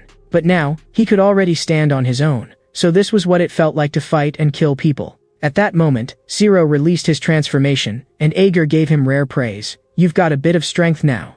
Zero struggled to strip clothes off a prisoner's body, and Aeger urged him to hurry. They had already delayed too long. At this moment, on the vampire count's side, several maids were apologizing to their lord because release had prevented them from returning in time. But the vampire Endurus narrowed his eyes. He clearly felt that his mental link with Bikan had been severed. That waste was not even worth counting as level 3, so he normally did not care. But by coincidence, Aeger had been assigned to that waste's territory. He was thinking, when would he finally be able to sit down and have tea with Aeger? Meanwhile, in another corridor, 3 figures stood beside a huge ogre. The one leading them was none other than the level 2 beastman Horak and his group. After tempering themselves through this release, they were already able to join forces to defeat a medium-sized ogre. But in their hearts, they were still thinking about Aeger and Zero. Lucas knew very well, as long as Zero was with Aeger, he had to still be alive. On the other side, while Aeger and Zero were making their way back to the cell, they were being attacked the entire way. After dealing with another wave, Zero asked Aeger, who exactly are these people? Aeger told him, they were one of the organizations in loneliness, the black magicians of the demon worshippers. They should be hunting me down. I have a very bad relationship with their leader. Halfway along the road, Aeger smelled another sharp, foul odor. Even Zero noticed that something was wrong, and Aeger said directly, we've probably run into a ghostly creature again.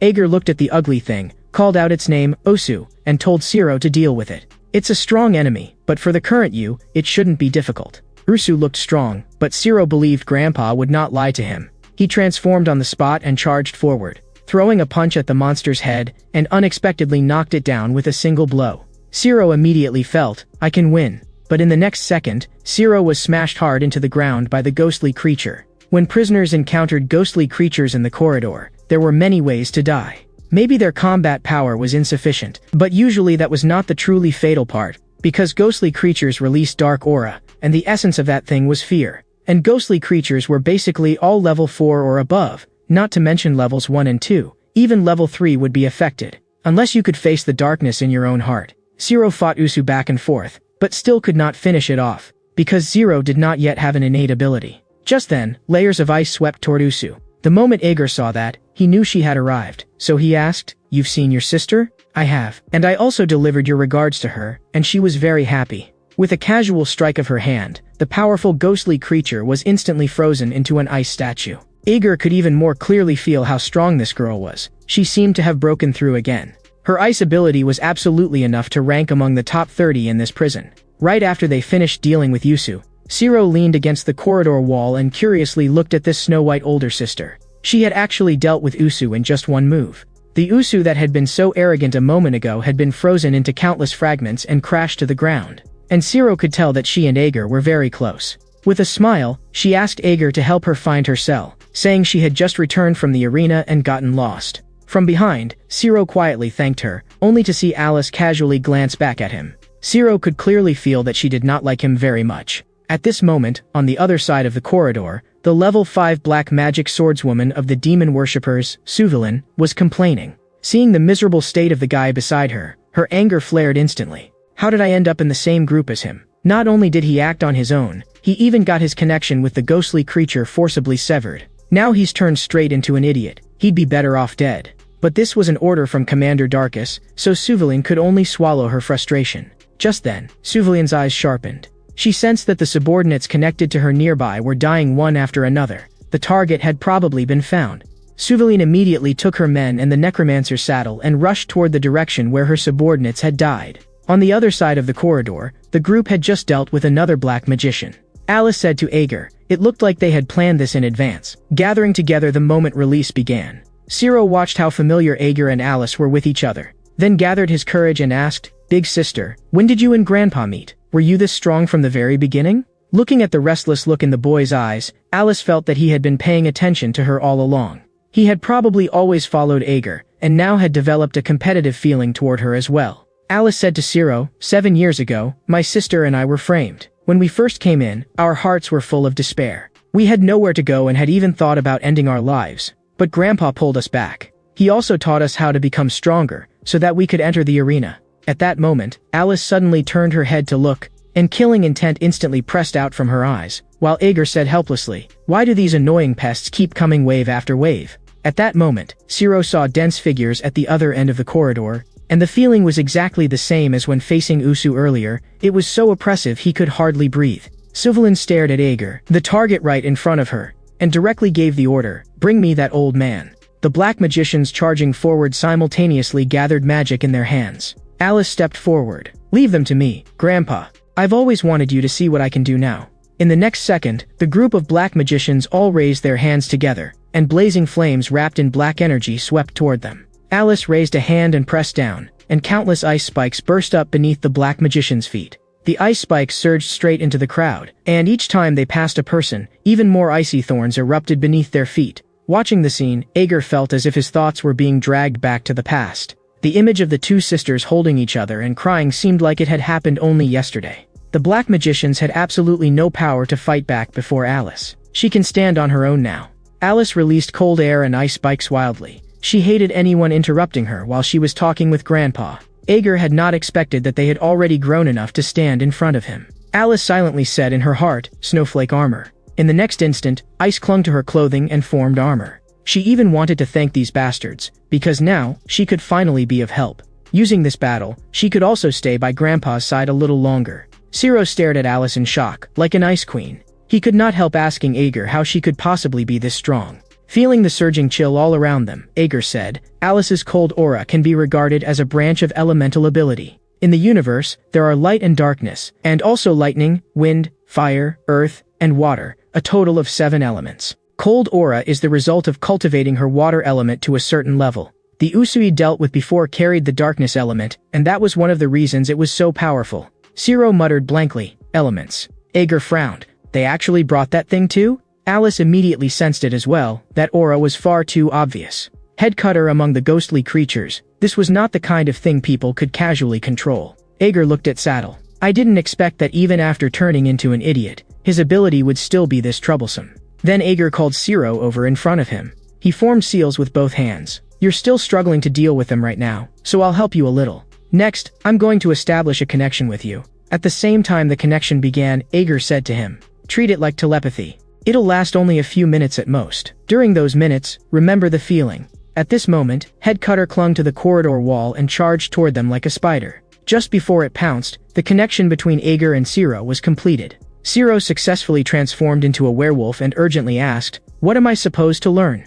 Ager said in a deep voice, I'm going to forcibly stimulate the element inside your body. Don't lose focus. Hearing the word element, Shiro froze for a moment. He failed to dodge in time and was blasted away directly by Headcutter. At this moment, Alice was still slaughtering black magicians like mad. There were simply too many enemies. Looking at the necromancer in the distance staying far away, Alice immediately found it troublesome. In theory, she only had to take care of the necromancer controlling the rider. But there were too many black magicians, and she could not get close at all. She swung her ice sword again, and 4 or 5 black magicians were instantly blasted away and cut in half at the waist. Crimson blood splashed across the corridor walls, dyeing the entire corridor dark red. On the other side, while Zero was locked in battle with Head Cutter, he could clearly feel that there was some kind of thing on the ghostly creature, and there was something similar inside his own body, making his mind throb with pain. At the very moment Head Cutter attacked Zero again, the direction, trajectory, and intent of its attack suddenly appeared in Zero's mind. He felt all of it, so he dodged most of Head Cutter's attacks. Watching Zero gradually become more and more at ease, Ager's eyes lit with interest. An element that can sense changes and respond in advance. Should be the wind element, which suits him perfectly. Zero sensed the change within himself and instantly became excited. Meanwhile, the Dark Swordswoman watching the battle from afar felt things becoming more and more troublesome. Looking at the tiny snowflakes floating in the air, Suvalin had not expected this. The black magicians could not withstand Alice at all, and could only rely on sheer numbers. She had heard the rumors countless times, but this was her first time seeing it with her own eyes. She must be one of the arena prisoners. This mission had been ordered personally by the Legion commander. Suvalin knew it would be difficult, but she had not expected it to be difficult to this extent. Looks like I'll have to do it myself. She swept her gaze across the battlefield and suddenly noticed that Ager was gone. His figure nowhere to be found in her field of vision. Just then, Ager suddenly cut in from behind Suvalin. The moment his weapon struck Suvalin's body, dazzling sparks exploded. Ager's heart sank. He had not expected her to have protective armor. Ager continued the pursuit, and seeing this, Suvalin immediately had the protective armor cover her whole body. But Ager suddenly changed direction and rushed straight toward the necromancer. His target had always been Saddle. But at the very last moment, Suvalin blocked his path. Ager stared at her and said, "You already knew I was targeting him, and you still managed to block this strike of mine. You do have some skill." Suvalin shot back coldly, "You old man, you're not slow either. I'd really like to know why our Legion commander is so obsessed with you." As she spoke, Suvalin slowly drew her blade. Ager also lowered his center of gravity and took his stance. On the other side, Zero was still locked in battle with the ghostly creature. Although he could predict its attacks, he simply could not hurt it. The shell was too hard. Once again, using the speed of wind, Zero closed the distance and slammed a punch into it. The ghostly creature cried out in pain and staggered back again and again. While breathing hard, Zero tried to think of a way. How am I supposed to fight this? I can't break through it at all. At that moment, Ager's voice sounded in Zero's mind. Its entire body is releasing the darkness element outward. Your attacks are meaningless against it. Zero urgently asked. Then how am I supposed to defeat it? Don't let it get close to Alice. Just hold it off. Leave the rest to me. At this moment, Ager and the Dark Swordswoman Suvalin had already begun fighting head-on as well. Suvalin was full of shock. At his age, how could he still be this fast? Could he be a spirit knight? Rumor said that even in old age, they could still use mana to arm their bodies, gain extraordinary power, and even slow aging. But Suvalin could not feel the presence of mana on Ager at all. She stared at the shabby awl in Ager's hand and refused to believe that thing could break through her armor. In the instant she was distracted, Ager seized the opportunity and swung the awl fiercely. Her arm, together with the armor, was cut clean off. Suvalin could not believe it. Armor forged from dark magic had actually been broken. Could it be that Ager was also a user of the darkness element? At this moment, Ager advanced slowly towards Suvalin with the awl in hand. Suvalin was certain. There was no elemental aura at all on Ager. Then the only possibility was that something was wrong with the awl. In the next second, Suvalin's power erupted sharply. She stacked on double protective armor, deciding to avoid close combat with Ager as much as possible from now on. Then dark energy surged again, and she slashed out with her blade, feeling stifled to the point of numbness. Before coming here, she had been the notorious black magic swordswoman. But facing an old man like Ager, she could only rely on ranged attacks to drag things out. Ager did not want to keep wasting time. His aura exploded violently, and Suvalin was instantly pierced by fear. Cold sweat burst out at once. She could clearly smell death. Suvalin hesitated no longer and directly used Dark Sacrifice. This was dark magic that used sacrifice as a medium. The stronger the sacrifice, the harsher the spell. In the next second, the necromancer's saddle was wrapped in black energy and forcibly dragged up into the air. Saddle was instantly terrified to the extreme. Even if Saddle died, the ghostly creature would stop, but Suvalin no longer had the luxury of caring about that. At this moment, the ghostly creatures fighting Alice and Zero suddenly all came to a stop.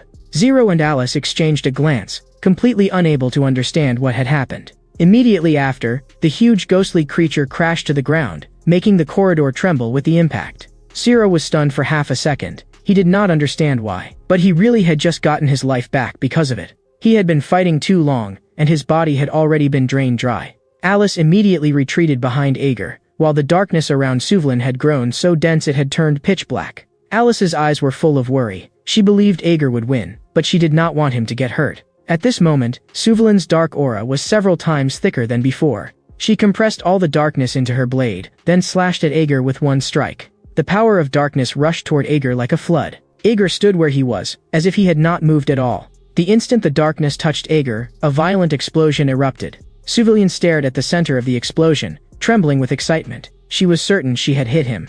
But Ager walked out of the smoke and dust step by step until he stood before her. It's been a long time since I've seen black magic this fierce. You really are talented, but do you know the price? The price is offering your soul to a demon. Kids these days really are bold. Your soul will soon be sent to the void seat. Suvlin dropped weakly to her knees. She could not understand why black magic was completely ineffective against Ager. Ager walked up to her, looked down at her, and drove the awl down fiercely. The armor on Suvlin's body shattered on the spot, and her whole body was blasted away, spraying a mist of blood. Ager watched it all with cold indifference. Rolling black energy rose from Suvlin's corpse, and Ager merely watched in silence. The blue markings on his face gradually faded, and when he came back to himself, he asked them whether they were all right. Alice looked at Ager with concern, but Ager said he was fine. You're the one who doesn't look too good. Alice's face was covered in cold sweat, and she was breathing hard. This battle had consumed too much of her. Zero had already exited his transformation and was leaning against a corner, breathing just as heavily. Ager told them, leave immediately. If we drag this out any longer, we might run into something else. At that moment, a round of applause entered their ears, and Ager immediately turned his head. A man in white was walking toward them, praising the old man's astonishing skill. Alice's gaze instantly turned cold, and she stepped in front of Ager. Ager told her, not an enemy. Long time no see, Job. Behind the man were densely packed followers. Job smiled and greeted Ager. He had not expected to run into them here. The moment Alice heard that name, she seemed to guess something at once, and Ager directly told her, they really were zealots. The Zealots were an organization named after 11 constellations such as trust, hope, and love. Whether cultists or heretics, they would execute them all. Alice narrowed her eyes. Among mid-level criminals, almost no one did not know Job. Job smiled and said to Ager that they had used release day to purge the demon worshippers. You saw it too. I already cleaned them up. The moment Job heard that, he immediately bowed to Ager and solemnly thanked him. Alice's gaze froze. A level 6 criminal was actually bowing to Grandpa in thanks. At that moment, Job had several magicians step out from his team, and they healed Zero and Alice on the spot, instantly sweeping away their exhaustion. Job smiled. This is blessing magic. As for the old man, I will personally. Before he could finish, Ager raised a hand and interrupted him. After that, Ager turned and left with Alice and Zero. Job told Ager to take care of his health. Ager turned back and said, in here, do not show mercy to anyone. You only need to take care of yourself. Job's expression turned solemn. If you ever need anything, no matter what it is, I am willing to do it for you. Ager gave no answer and only continued leading Alice and Zero farther away. Job watched the retreating figures, then suddenly knelt down and murmured softly, the one who can fulfill what he seeks. Even if I must offer up my life for you, I would do so willingly. There are still many who know they are foolish, yet continue seeking the righteous path. So please hear our prayer, our Savior. Ager led Alice and Zero as they walked back. He walked in silence at the very front, and both of them could feel it. Ager was in a very bad mood. Alice did not actually know much about Ager's past, but she had not expected Ager to have dealings with the notorious zealots. Alice said to Zero, Grandpa once said he does not like people who believe in constellations. Zero asked curiously, is believing in gods a bad thing? Alice shook her head. Not exactly a bad thing. Constellations do not directly interfere with the present world, but they do seek out agents. At that moment, Ager stopped in front of a cell door and turned to Alice. You're here. Alice clearly had not reacted yet and only nodded blankly. Every time, she marveled at Ager's ability to find the way. The routes here changed, and she had always wanted to know how Ager could remember them. Alice said goodbye to Ager. I'll come see you next time. Ager replied directly, no need. Even so, she still hugged Ager once and told him to take care of himself. Watching their backs, Alice said softly, for them, the corridor may be nothing more than a place for a walk. After that, Alice returned to her own prison cell. Ager and Zero walked through the deep corridor, and Zero suddenly cried out. He had seen the number plate. It was their cell. A day had already passed since release, and Ager and Zero had finally returned to their own cell. But several more days passed, and not a single one of the others came back. These past few days, Zero had been sitting on scrap metal and training.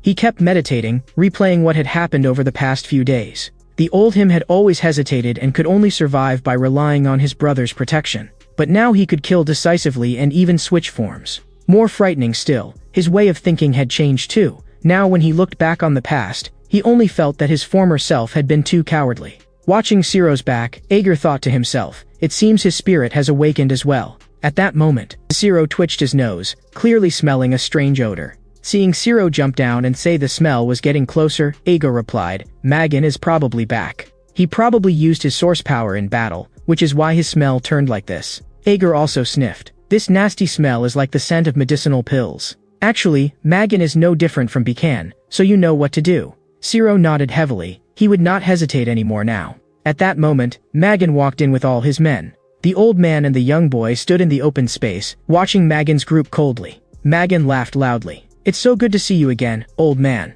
Before his smile had even faded, Zero suddenly kicked one of the underlings behind him. In an instant, several people let out shrill screams. Magan flew into a rage. You little wolf brat, what are you doing? Looking at this child who was completely different from the one a few days ago, he was shocked to the extreme. Magan looked toward Ager, wanting Ager to stop Zero. But Ager said helplessly, stop acting. Didn't you want to trade us for raw materials for pills in the corridor too? Magan's expression instantly sank to the bottom. What an old fox. He sneered and asked, how did you find out? Ager could not be bothered to answer and directly drew his weapon. After a round of slaughter, only Ager and Zero were still standing. Even as he died, Magan was still cursing Ager. Ager slowly said, it seems you all have always misunderstood me. Not even the demon worshipper Darkus, the vampire king Enduras, or the mafia king you follow can take me away, so what makes you think you can?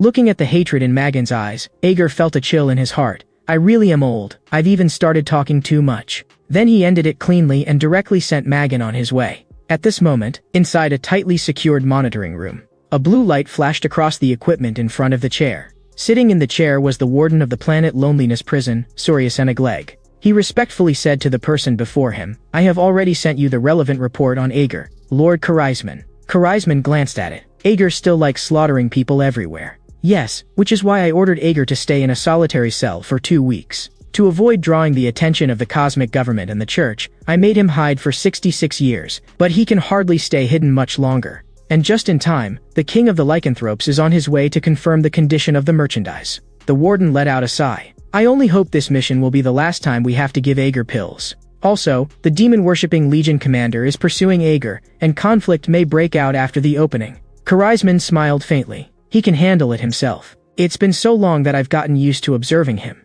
I heard his health is not very good either. If there are no pills, then at most 5 months, at least 3 months, Ager will die in loneliness. At the same time, Zero was sensing the wind flowing around him. He caught every tiny change nearby, from crawling insects to falling droplets of water. Zero suddenly opened his eyes. So this is what an element is. He stomped the ground hard, and the wind was drawn by him, winding around his whole body. Compared to a month ago, he had become much stronger. But he still could not hurt the ghostly creatures. Grandpa said that only by possessing power that surpasses the other side's element can you defeat them. He thought seriously, how could he strengthen his wind element? Grandpa must know the way. I'll wait patiently for him to teach me. Only then, when I reunite with my brother, will I not hold him back. Ager was just sitting quietly beside Zero as he trained. At that moment, his ears twitched, as if he had heard the cell door open. Zero sensed it too and turned to look toward the entrance. A figure walked in through the doorway and called out Ager's name. Looking closely, it was someone wearing a prison guard's uniform, still calling for Ager. Ager answered from behind her, and she coldly accused him, standing behind me without making a sound. How rude. Ager told Zero to come over at once, and Zero quickly trotted over to stand in front of him. The woman introduced herself. I am level 6 guard Tessie. Zero's heart tightened. Level 6. That meant she was even stronger than big sister Alice, who was level 5. The feeling she gave Zero was completely different. Like a ferocious beast that could pounce and kill at any moment. Ager looked at her and asked, no new people have been added here for several days. Does that mean I have to change cells again? Ager scratched his ear helplessly. My health hasn't been very good lately. I don't want to move again. Tessie's expression darkened. What is this old man trying to pull? The seniors only told me not to provoke him. They didn't say he would refuse to cooperate. How about a bet? You let this child fight me. If he wins, I'll go with you. Aegir turned to look at Zero, and Zero nodded to him, showing he agreed. He directly took his stance. Tessie helplessly tightened her gloves. Kid, I won't go easy on you. Their two gazes collided head-on, and even the air seemed to tense. Tessie made the first move. Zero hurriedly raised his arms to guard his chest and twisted aside to dodge. Tessie glanced at Aegir, unable to believe it. A level 3 prisoner had actually dodged. Wind element. Tessie understood even more clearly now. This kid was probably trained by the old man. You want to use me to feed him experience? Then I'll teach him a lesson. Power suddenly gathered in Tessie's palm, and she slashed forward. The refined iron beside them was split cleanly into two, while Zero used to be able to leave only scratches on it. Cold sweat instantly broke out on Zero. She also has the wind element, yet she can split it in one strike. Then in the future, can I do that too? He could not help thinking that. Tessie stared at Zero, anger rising. This kid had actually let his mind wander. He was taking her too lightly. Zero immediately focused himself, because he could clearly feel that the prison guard's aura had changed. Originally, he had thought that even if he could not win, he should at least hold out a little longer. But Tessie's speed was absurdly fast. At some unknown moment she had already circled behind Zero, and in the next second countless punches rained down on him. He wanted to block, but the pain exploded through him like electricity, and his body would not obey him at all. With her final blow, Tessie smashed Zero hard into the ground. Looking down at the little boy on the floor, Tessie found it hard to connect him with the werewolf from earlier. Guard, Tessie said coldly. I didn't kill him. I won. Aegir nodded. Then I can only go with you. Then Aegir carried Zero on his back and followed the guard out. After walking for a while, Zero woke up too. Aegir led him to the right, but the guard immediately said they were supposed to go left. Aegir said to the guard, going right is faster. I need to stop by somewhere on the way. Tessie was speechless for a moment and thought that less trouble was better, so she let him have his way. If things got messed up, it would be her rest time that got delayed. Aegir brought them to a door, and the inside was blindingly bright. Zero instinctively rubbed his eyes. Aegir took Zero inside and told him this was a place where he could train non-stop, and it could also be treated as a gym. Aegir said to Zero, stay here and train. I'm going somewhere else with the guard. I'll come pick you up in 2 weeks. Can you manage on your own? Zero nodded heavily. I can, Grandpa. I'll keep training here. Images of his training flashed through Aegir's mind, and he patted Zero on the shoulder. This place can strengthen your wind element several times over. Train properly for me. Zero thought of the scene where the guard had completely overwhelmed him, and clenched his fists to encourage himself. I can do this. Zero looked seriously at Aegir. Grandpa, I'll definitely do it. Aegir brought Zero and the guard into the gym. Everyone around them was surprised. Why would a prison guard come here? Guard Tessie stood with her arms crossed and frowned. She clearly disliked the smell and environment here. Tessie urged Aegir to finish things quickly and said she would wait outside. At that moment, a heavy set of footsteps approached, and a muscular man walked up in front of them. He said, Isn't this old man Aegir? Why have you brought another child again? This isn't a nursery. This man was none other than the boss of the gym, the level 5 prisoner Dramu. Someone in the gym muttered quietly, They're not going to fight, are they? Dramu seemed used to it. Old man, this product looks even younger this time. Aegir replied calmly, Long time no see, Dramu, but it's too noisy here, not suitable for talking. Dramu turned around and gestured for everyone to shut up. Everyone immediately fell silent, even breathing more softly. Aegir asked Dramu to help him train this child, but Dramu instead asked, What about our previous agreement? As if remembering something, he said, Let's make a deal, old man. After Zero finishes training here under me, you fight me in a duel. Aegir scratched his head helplessly. You lose every time, so why bother? Aegir turned and walked out. Fine. Once you finish training him, we'll set it here. Aegir gave Zero one last look. From now on, he could only rely on himself here. Drama shouted after the old man, Don't worry. Leave this kid to Dramu. The moment Aegir left, Dramu fiercely said to Zero, Kid, get over here. Ready to suffer? Zero instantly grew nervous. When all was said and done, he was still a child by nature. But he had no choice and could only follow Dramu deeper into the gym. After walking for a while, guard Tessie finally brought Aegir to the cell he was supposed to go to. It was a solitary cell, with no sound inside at all, only darkness and deathly silence. If someone was locked up there too long, they would collapse, lose their mind, or even end their own life. Tessie entered the access code at the door, but Aegir urged her from behind to hurry up. Tessie could not understand it. Why did Aegir act as if entering a solitary cell was like going home? Most people could not bear that kind of darkness at all. After entering the code, Tessie prepared to leave immediately, but Aegir said behind her, If you go right, that's the lounge. Just as Aegir was about to enter the cell, he suddenly smelled something. He whipped around and charged at Tessie. restraining her from behind and clamping a hand tightly over her mouth. Tessie still had no idea what was happening, and only felt that this old man had gone mad. He actually dared to take a prison guard hostage. In this prison, let alone taking a guard hostage, even taking the warden hostage would not let anyone escape. He was simply courting death. Meanwhile, in the gym, one of Dramo's underlings was testing Ciro's limits. After going through a full set on the equipment, Ciro was already so exhausted that he collapsed onto the ground. Ciro also noticed that the prisoners here seemed to care only about training. He had originally thought Uncle Dramo was going to torture him, but it turned out to be this kind of torture. After that, Dramo called Ciro onto the fighting platform and told him to have a match with someone else. The surrounding prisoners watched the little boy on the stage with teasing expressions. Seeing that Ciro looked like a well-behaved child, his opponent was instantly speechless. He felt he might beat Ciro to death. That man was the level 4 boxer Vincent, and he asked Dramo, "If I accidentally beat him to death, I'm not taking responsibility. You can break 2 or 3 of his limbs and knock him out directly." Dramo calculated inwardly, Ager only protects merchandise worth at least hundreds of millions. This child cannot be harmed. A nearby prisoner acted as referee, and with one command, the match began. Vincent charged at Zero like a cannonball fired from its barrel. Zero immediately activated Beastman transformation. Everyone around them was shocked. Beastmen usually could not transform until after the age of 20. Dramu's heart sank. Ager definitely taught him. He could not understand why Ager was willing to teach this brat, yet unwilling to teach him. The fight on the stage quickly heated up, and Vincent threw a heavy punch straight at him. Ciro immediately raised his arm to block, and the two exchanged dozens of direct clashes. Ciro felt that Vincent's fists were like iron hammers. He was big and not slow either. But compared with the ghostly creatures in the corridor, this was nothing at all. Ciro remembered Grandpa's warning. At first, elemental power consumes physical strength. Later, it consumes mental strength. Once your mental strength is exhausted, the only ending is death, so try not to use elemental power. But this was not the corridor. This battle was to test his own strength. So Ciro stopped hesitating, and the wind element wrapped around his whole body. At that moment, Vincent's attack trajectory became crystal clear in Ciro's eyes. Vincent was instantly shocked. He could not understand why this child could suddenly dodge all of his attacks. Seizing the opening while Vincent was stunned, Ciro threw a fierce punch. In an instant, blood surged from Vincent's chest. This strike was enough to seriously injure him. Vincent clutched his chest in pain, unwilling to lose to a child.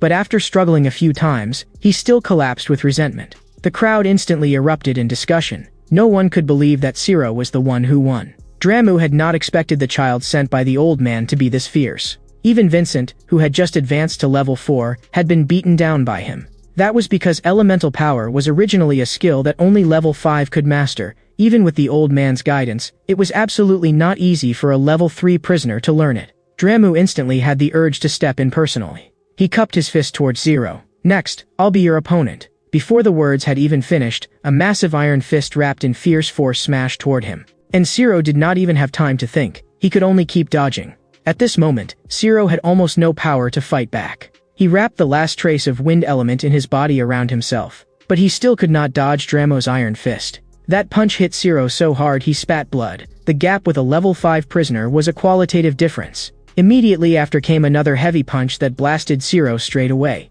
His claws dragged along the ground, scraping out dazzling sparks. His brother's figure flashed through Ciro's mind. He never wanted to burden his brother again. The werewolf bloodline erupted instantly, and the surrounding wind elemental power surged violently. And in a single moment he leaped above Dramo, slashing down hard with his claws. At that moment, all Drama could do was raise both arms to block. Ciro seized that instant and unleashed a continuous barrage of attacks. After tanking several blows, Dramo directly grabbed Ciro in a hold. In the next second, using downward force like gravity, he smashed Ciro into the ground with overwhelming power. But Ciro had already pushed his wind element to its limit and forcibly broke free. With a backflip, he kicked toward Dramo's face. After it was blocked, he used his agility advantage again, driving a punch into Dramo's back, then quickly dodged away and kept circling Dramo, harassing him non-stop. But after fighting for so long, Dramo had not suffered a single injury, while Ciro himself was almost collapsing from exhaustion. It turned out that Dramo's body had long since been covered in a layer of red stone armor. Dramo withdrew the red stone armor and said with a smile, "You're very good. That darkness training is good too." Ciro was shaken when he heard that. "You also went through that training of walking in that dark world?" Ager was instantly speechless. So he really had to walk in darkness? Back then, he had clearly only said it casually. Siro told Dramu about the meditation training method Grandpa had taught him, and said frankly that he had become stronger precisely because of meditation. Dramu laughed and joked, "Cut the nonsense. You think I've never meditated before? This meditation is different. You have to walk through the darkness in your inner world. Grandpa taught me that." Although Dramu did not quite understand it, this was the old man's method. He immediately said to Siro, "Master, please teach me this method." Siro froze instantly. He felt something was wrong, and besides, he himself had only trained for 1 month. Grandpa had long warned him, this kind of thing could not be taught casually to others. It was extremely dangerous. Ager had even sternly warned him, absolutely do not try it. But seeing Dramu almost pleading like that, and thinking that he would still need to rely on him for training afterward, Siro's heart softened. Revealing just a tiny bit should be fine, right? Dramu was also suppressing his excitement inside. I have to be patient. I can't push the child too hard. Even if I get rejected, it doesn't matter. There's still time. I have to learn it. Siro hesitantly said, I'll try to teach you that method. Dramu was as happy as a child. Really? Then let's start right now. Siro told Dramu to close his eyes first and think of nothing. Focus only on breathing, then take as deep a breath as possible. Right after that, it would begin. Meanwhile, at the prison guard rest area, guard Tessie had just been about to take a shower, but her mind flashed back again to that old man Ager. When she had taken Ager to the solitary cell, Ager had suddenly covered her mouth. At the time, she thought Ager had gone mad, but then Ager told her to look ahead. There, right in front of them, crouched an ugly ghostly creature. Tessie had been puzzled then. Don't I have a protective charm on me? The protective charm was made by the Church of the Light Constellation. In theory, ghostly creatures could not approach. Why would a ghostly creature still attack? Ager replied flatly, it may have malfunctioned. That happens occasionally. Tessie had been a prison guard for so long, yet this was the first time she had ever heard of a ghostly creature malfunctioning. The more she thought about it, the more curious she became, and she pressed Ager about who he really was. Ager said helplessly, if you really want to know, go ask the clerk. Tessie was instantly shocked. The clerk Bemlio was a level 9 prison guard, and his position had always been kept secret. This old man was clearly only a level 1 prisoner, so how could he know that? Seeing that Tessie still had not left, Ager said again, if you're curious, he'll give you the answer. You can close the door now. After that, Tessie turned and left. Tessie felt even itchier with curiosity. Just how many secrets was Ager still hiding? On the other side, Siro brought Dramu into his inner world, but he could not see Dramu anywhere. Afraid that something had happened to Dramu, Siro hurriedly called out for him everywhere. At that moment, Ager appeared behind Siro and coldly scolded him. Why didn't you listen? Siro was instantly terrified. Grandpa had gone to the solitary cell, so how could he be here? Ager told him. He had already completed the deal, so he could enter Siro's inner world. Besides, Dramu simply could not walk in darkness. His inner world was too bright. That was why his mind had been taken away. The true darkness he should have stepped into, he could not see at all. If this continued, he would completely collapse, and the only ending would be death. Ager told Siro that he had to take responsibility for this, and strands of black energy bound Siro. Ager stared at Siro. First, feel the weight of it. You didn't take my words seriously, so now go reflect in the darkness. Looking at Dramu, Ager thought that this guy had grown quite a bit compared to when he first met him. Now he had his own judgment too, perhaps because he had become the manager of the gym. In that case, I'll give you a little help. Many things may still be changed. Ager turned to look behind him and saw that he had already walked a very long road. He raised his head to look at the huge figure before him, then lifted his gaze once more and stared. He had already waited for so many years, so what was the hurry now? Ager stared at that huge figure and murmured, soon, it will be over soon. At this time in the gym, the level 5 prisoner Pilum was admiring his own muscular build. He had always felt that the boss of the gym should have been him. He calculated inwardly. If Dramu exchanged guidance from the old man by training that brat, then he would become even less able to surpass him, so he had to ruin them. He opened a locker and took something out. It was a bead that could contact the demon worshippers. He immediately reported the situation of the old man and the brat to them. After settling the payment, Pilum said, I'll bring that brat over in a bit. Then Pilum came to Dramu's door. Seeing no movement inside, he pushed the door open and went in directly. He saw Dramu with his eyes closed and no response, so he said directly, Dramu, since this brat came to the gym, how about I take him away and train him properly for you? But there was still no response. Their consciousnesses seemed to remain, yet neither of them could answer. Pilum simply picked Siro up and left, taking it as their silent agreement. At this moment, several black magicians had already gathered in the corridor outside the gym. Before long, a muscular man carried a child to them. After confirming that it was the target, the black magicians took out several vials and handed them to Pilum.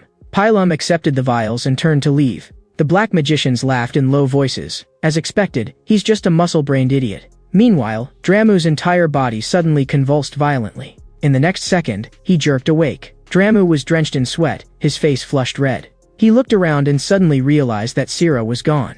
Drama clenched his fists. That experience just now had felt like taking a trip through another world. Those past memories alone almost dragged me in. Luckily, I broke free at the end by instinct. What is past is just past. Only then did Dramu understand. He had always been bound by the past, and that was why he had never been able to take the next step. There was a small patch of darkness in his heart, and in that darkness, it seemed as if someone had always been waving to him. He did not know who it was. Maybe it was his future self. Before he could think further, one of his men rushed in. That madman Pylum is beating up our brothers. Dramu immediately charged into the main hall of the gym and saw that all his subordinates were already on the ground. Dramu's anger turned icy. Pylum, you'd better give me an explanation. Pylum grinned viciously. You won't get away either, because I just gained a wonderful experience. A wonderful experience? Dramu laughed too, his voice deep and hard. What a coincidence. So did I. Meanwhile, in the corridor on the other side, the black magicians were resting. The black magician guarding Siro noticed that this brat had been muttering under his breath the whole time. Before he could react, his arm was cut off directly. Immediately after, a voice that was clearly not Siro sounded out. I'm very curious what it feels like to possess a werewolf. The other black magicians had not yet recovered their wits. They had never heard that this brat was this strong. Soon, someone noticed the number on Siro's neck, 51. They stared at the child before them, whose pressure was overwhelming, their voices trembling. Number 51? How is that possible? Ager, possessing Siro's body, clearly felt an impulse, the violent urge to rush up and tear prey apart immediately. Perhaps it is exactly this emotion that drove werewolves to extinction. What a pity. As merchandise, he will not stay in loneliness for long, then I may as well enjoy this properly. At this moment, Siro's body underwent a huge transformation. The Beastman threshold he had never been able to cross was effortlessly crushed by Ager's spiritual power. Ager felt the complete form of a pureblood werewolf. This body is truly young. In the next second, he directly pounced at the black magicians in front of him. The black magicians hurriedly erected protective barriers, trying to block Ager. But Ager did not slow down, wildly darting through the crowd and cutting them apart. In only a short moment, not a single living person remained. He released the transformation and sighed softly. Possession time is too short, hard to control. Then he stripped clothes from the corpses of the black magicians. Every time I transform, I end up with no clothes to wear. What a hassle. Since I can feel Jacob nearby, I might as well go get a magic outfit that won't be torn apart first. Meanwhile, back in the gym, Dramu had actually fallen into a disadvantage. At first, they had been evenly matched, but in the end Pylum still gained the upper hand. Only now did Dramu truly regret it. He had been too arrogant in the past. Just then, Ager's voice drilled into Dramu's mind. That voice, old man? Ager said coldly, it's me. I worked so hard to lead you into darkness, and you're going to lose to a little nobody like this? Only then did Dramu realize, the shadow had always been Ager. He hurriedly shouted in his heart, old man, guide me a little more. I don't want to lose. Ager answered with only one sentence. Close your eyes, just like you did in the darkness. First, you have to suppress your fear. The moment Dramu closed his eyes, it was as if he had caught that marvelous feeling again. Ager continued, don't look with your eyes. Feel the information the other side is releasing. Feel his element, his killing intent, his obsession. They are always flowing. Catch that flowing information, then use it against him. Right after that, Dramu knocked Pylum down with one punch. Everyone else in the gym was dumbfounded. Dramu had actually turned the situation around. At this moment, Dramu's heart was burning hot. So this was what it felt like to receive the old man's guidance. Then Dramu walked over to Pylum and coldly declared, the winner has been decided. But at that moment, Pylum suddenly tore open the flesh on his own chest. Dramu immediately shouted for everyone to get out. He's about to fall completely to the demons. Everyone frantically retreated outside, while Ager simply walked straight forward. And with one slash of his claw, Pylum was beheaded on the spot. I've always hated noisy places like this, Ager said flatly. Now it's finally quiet.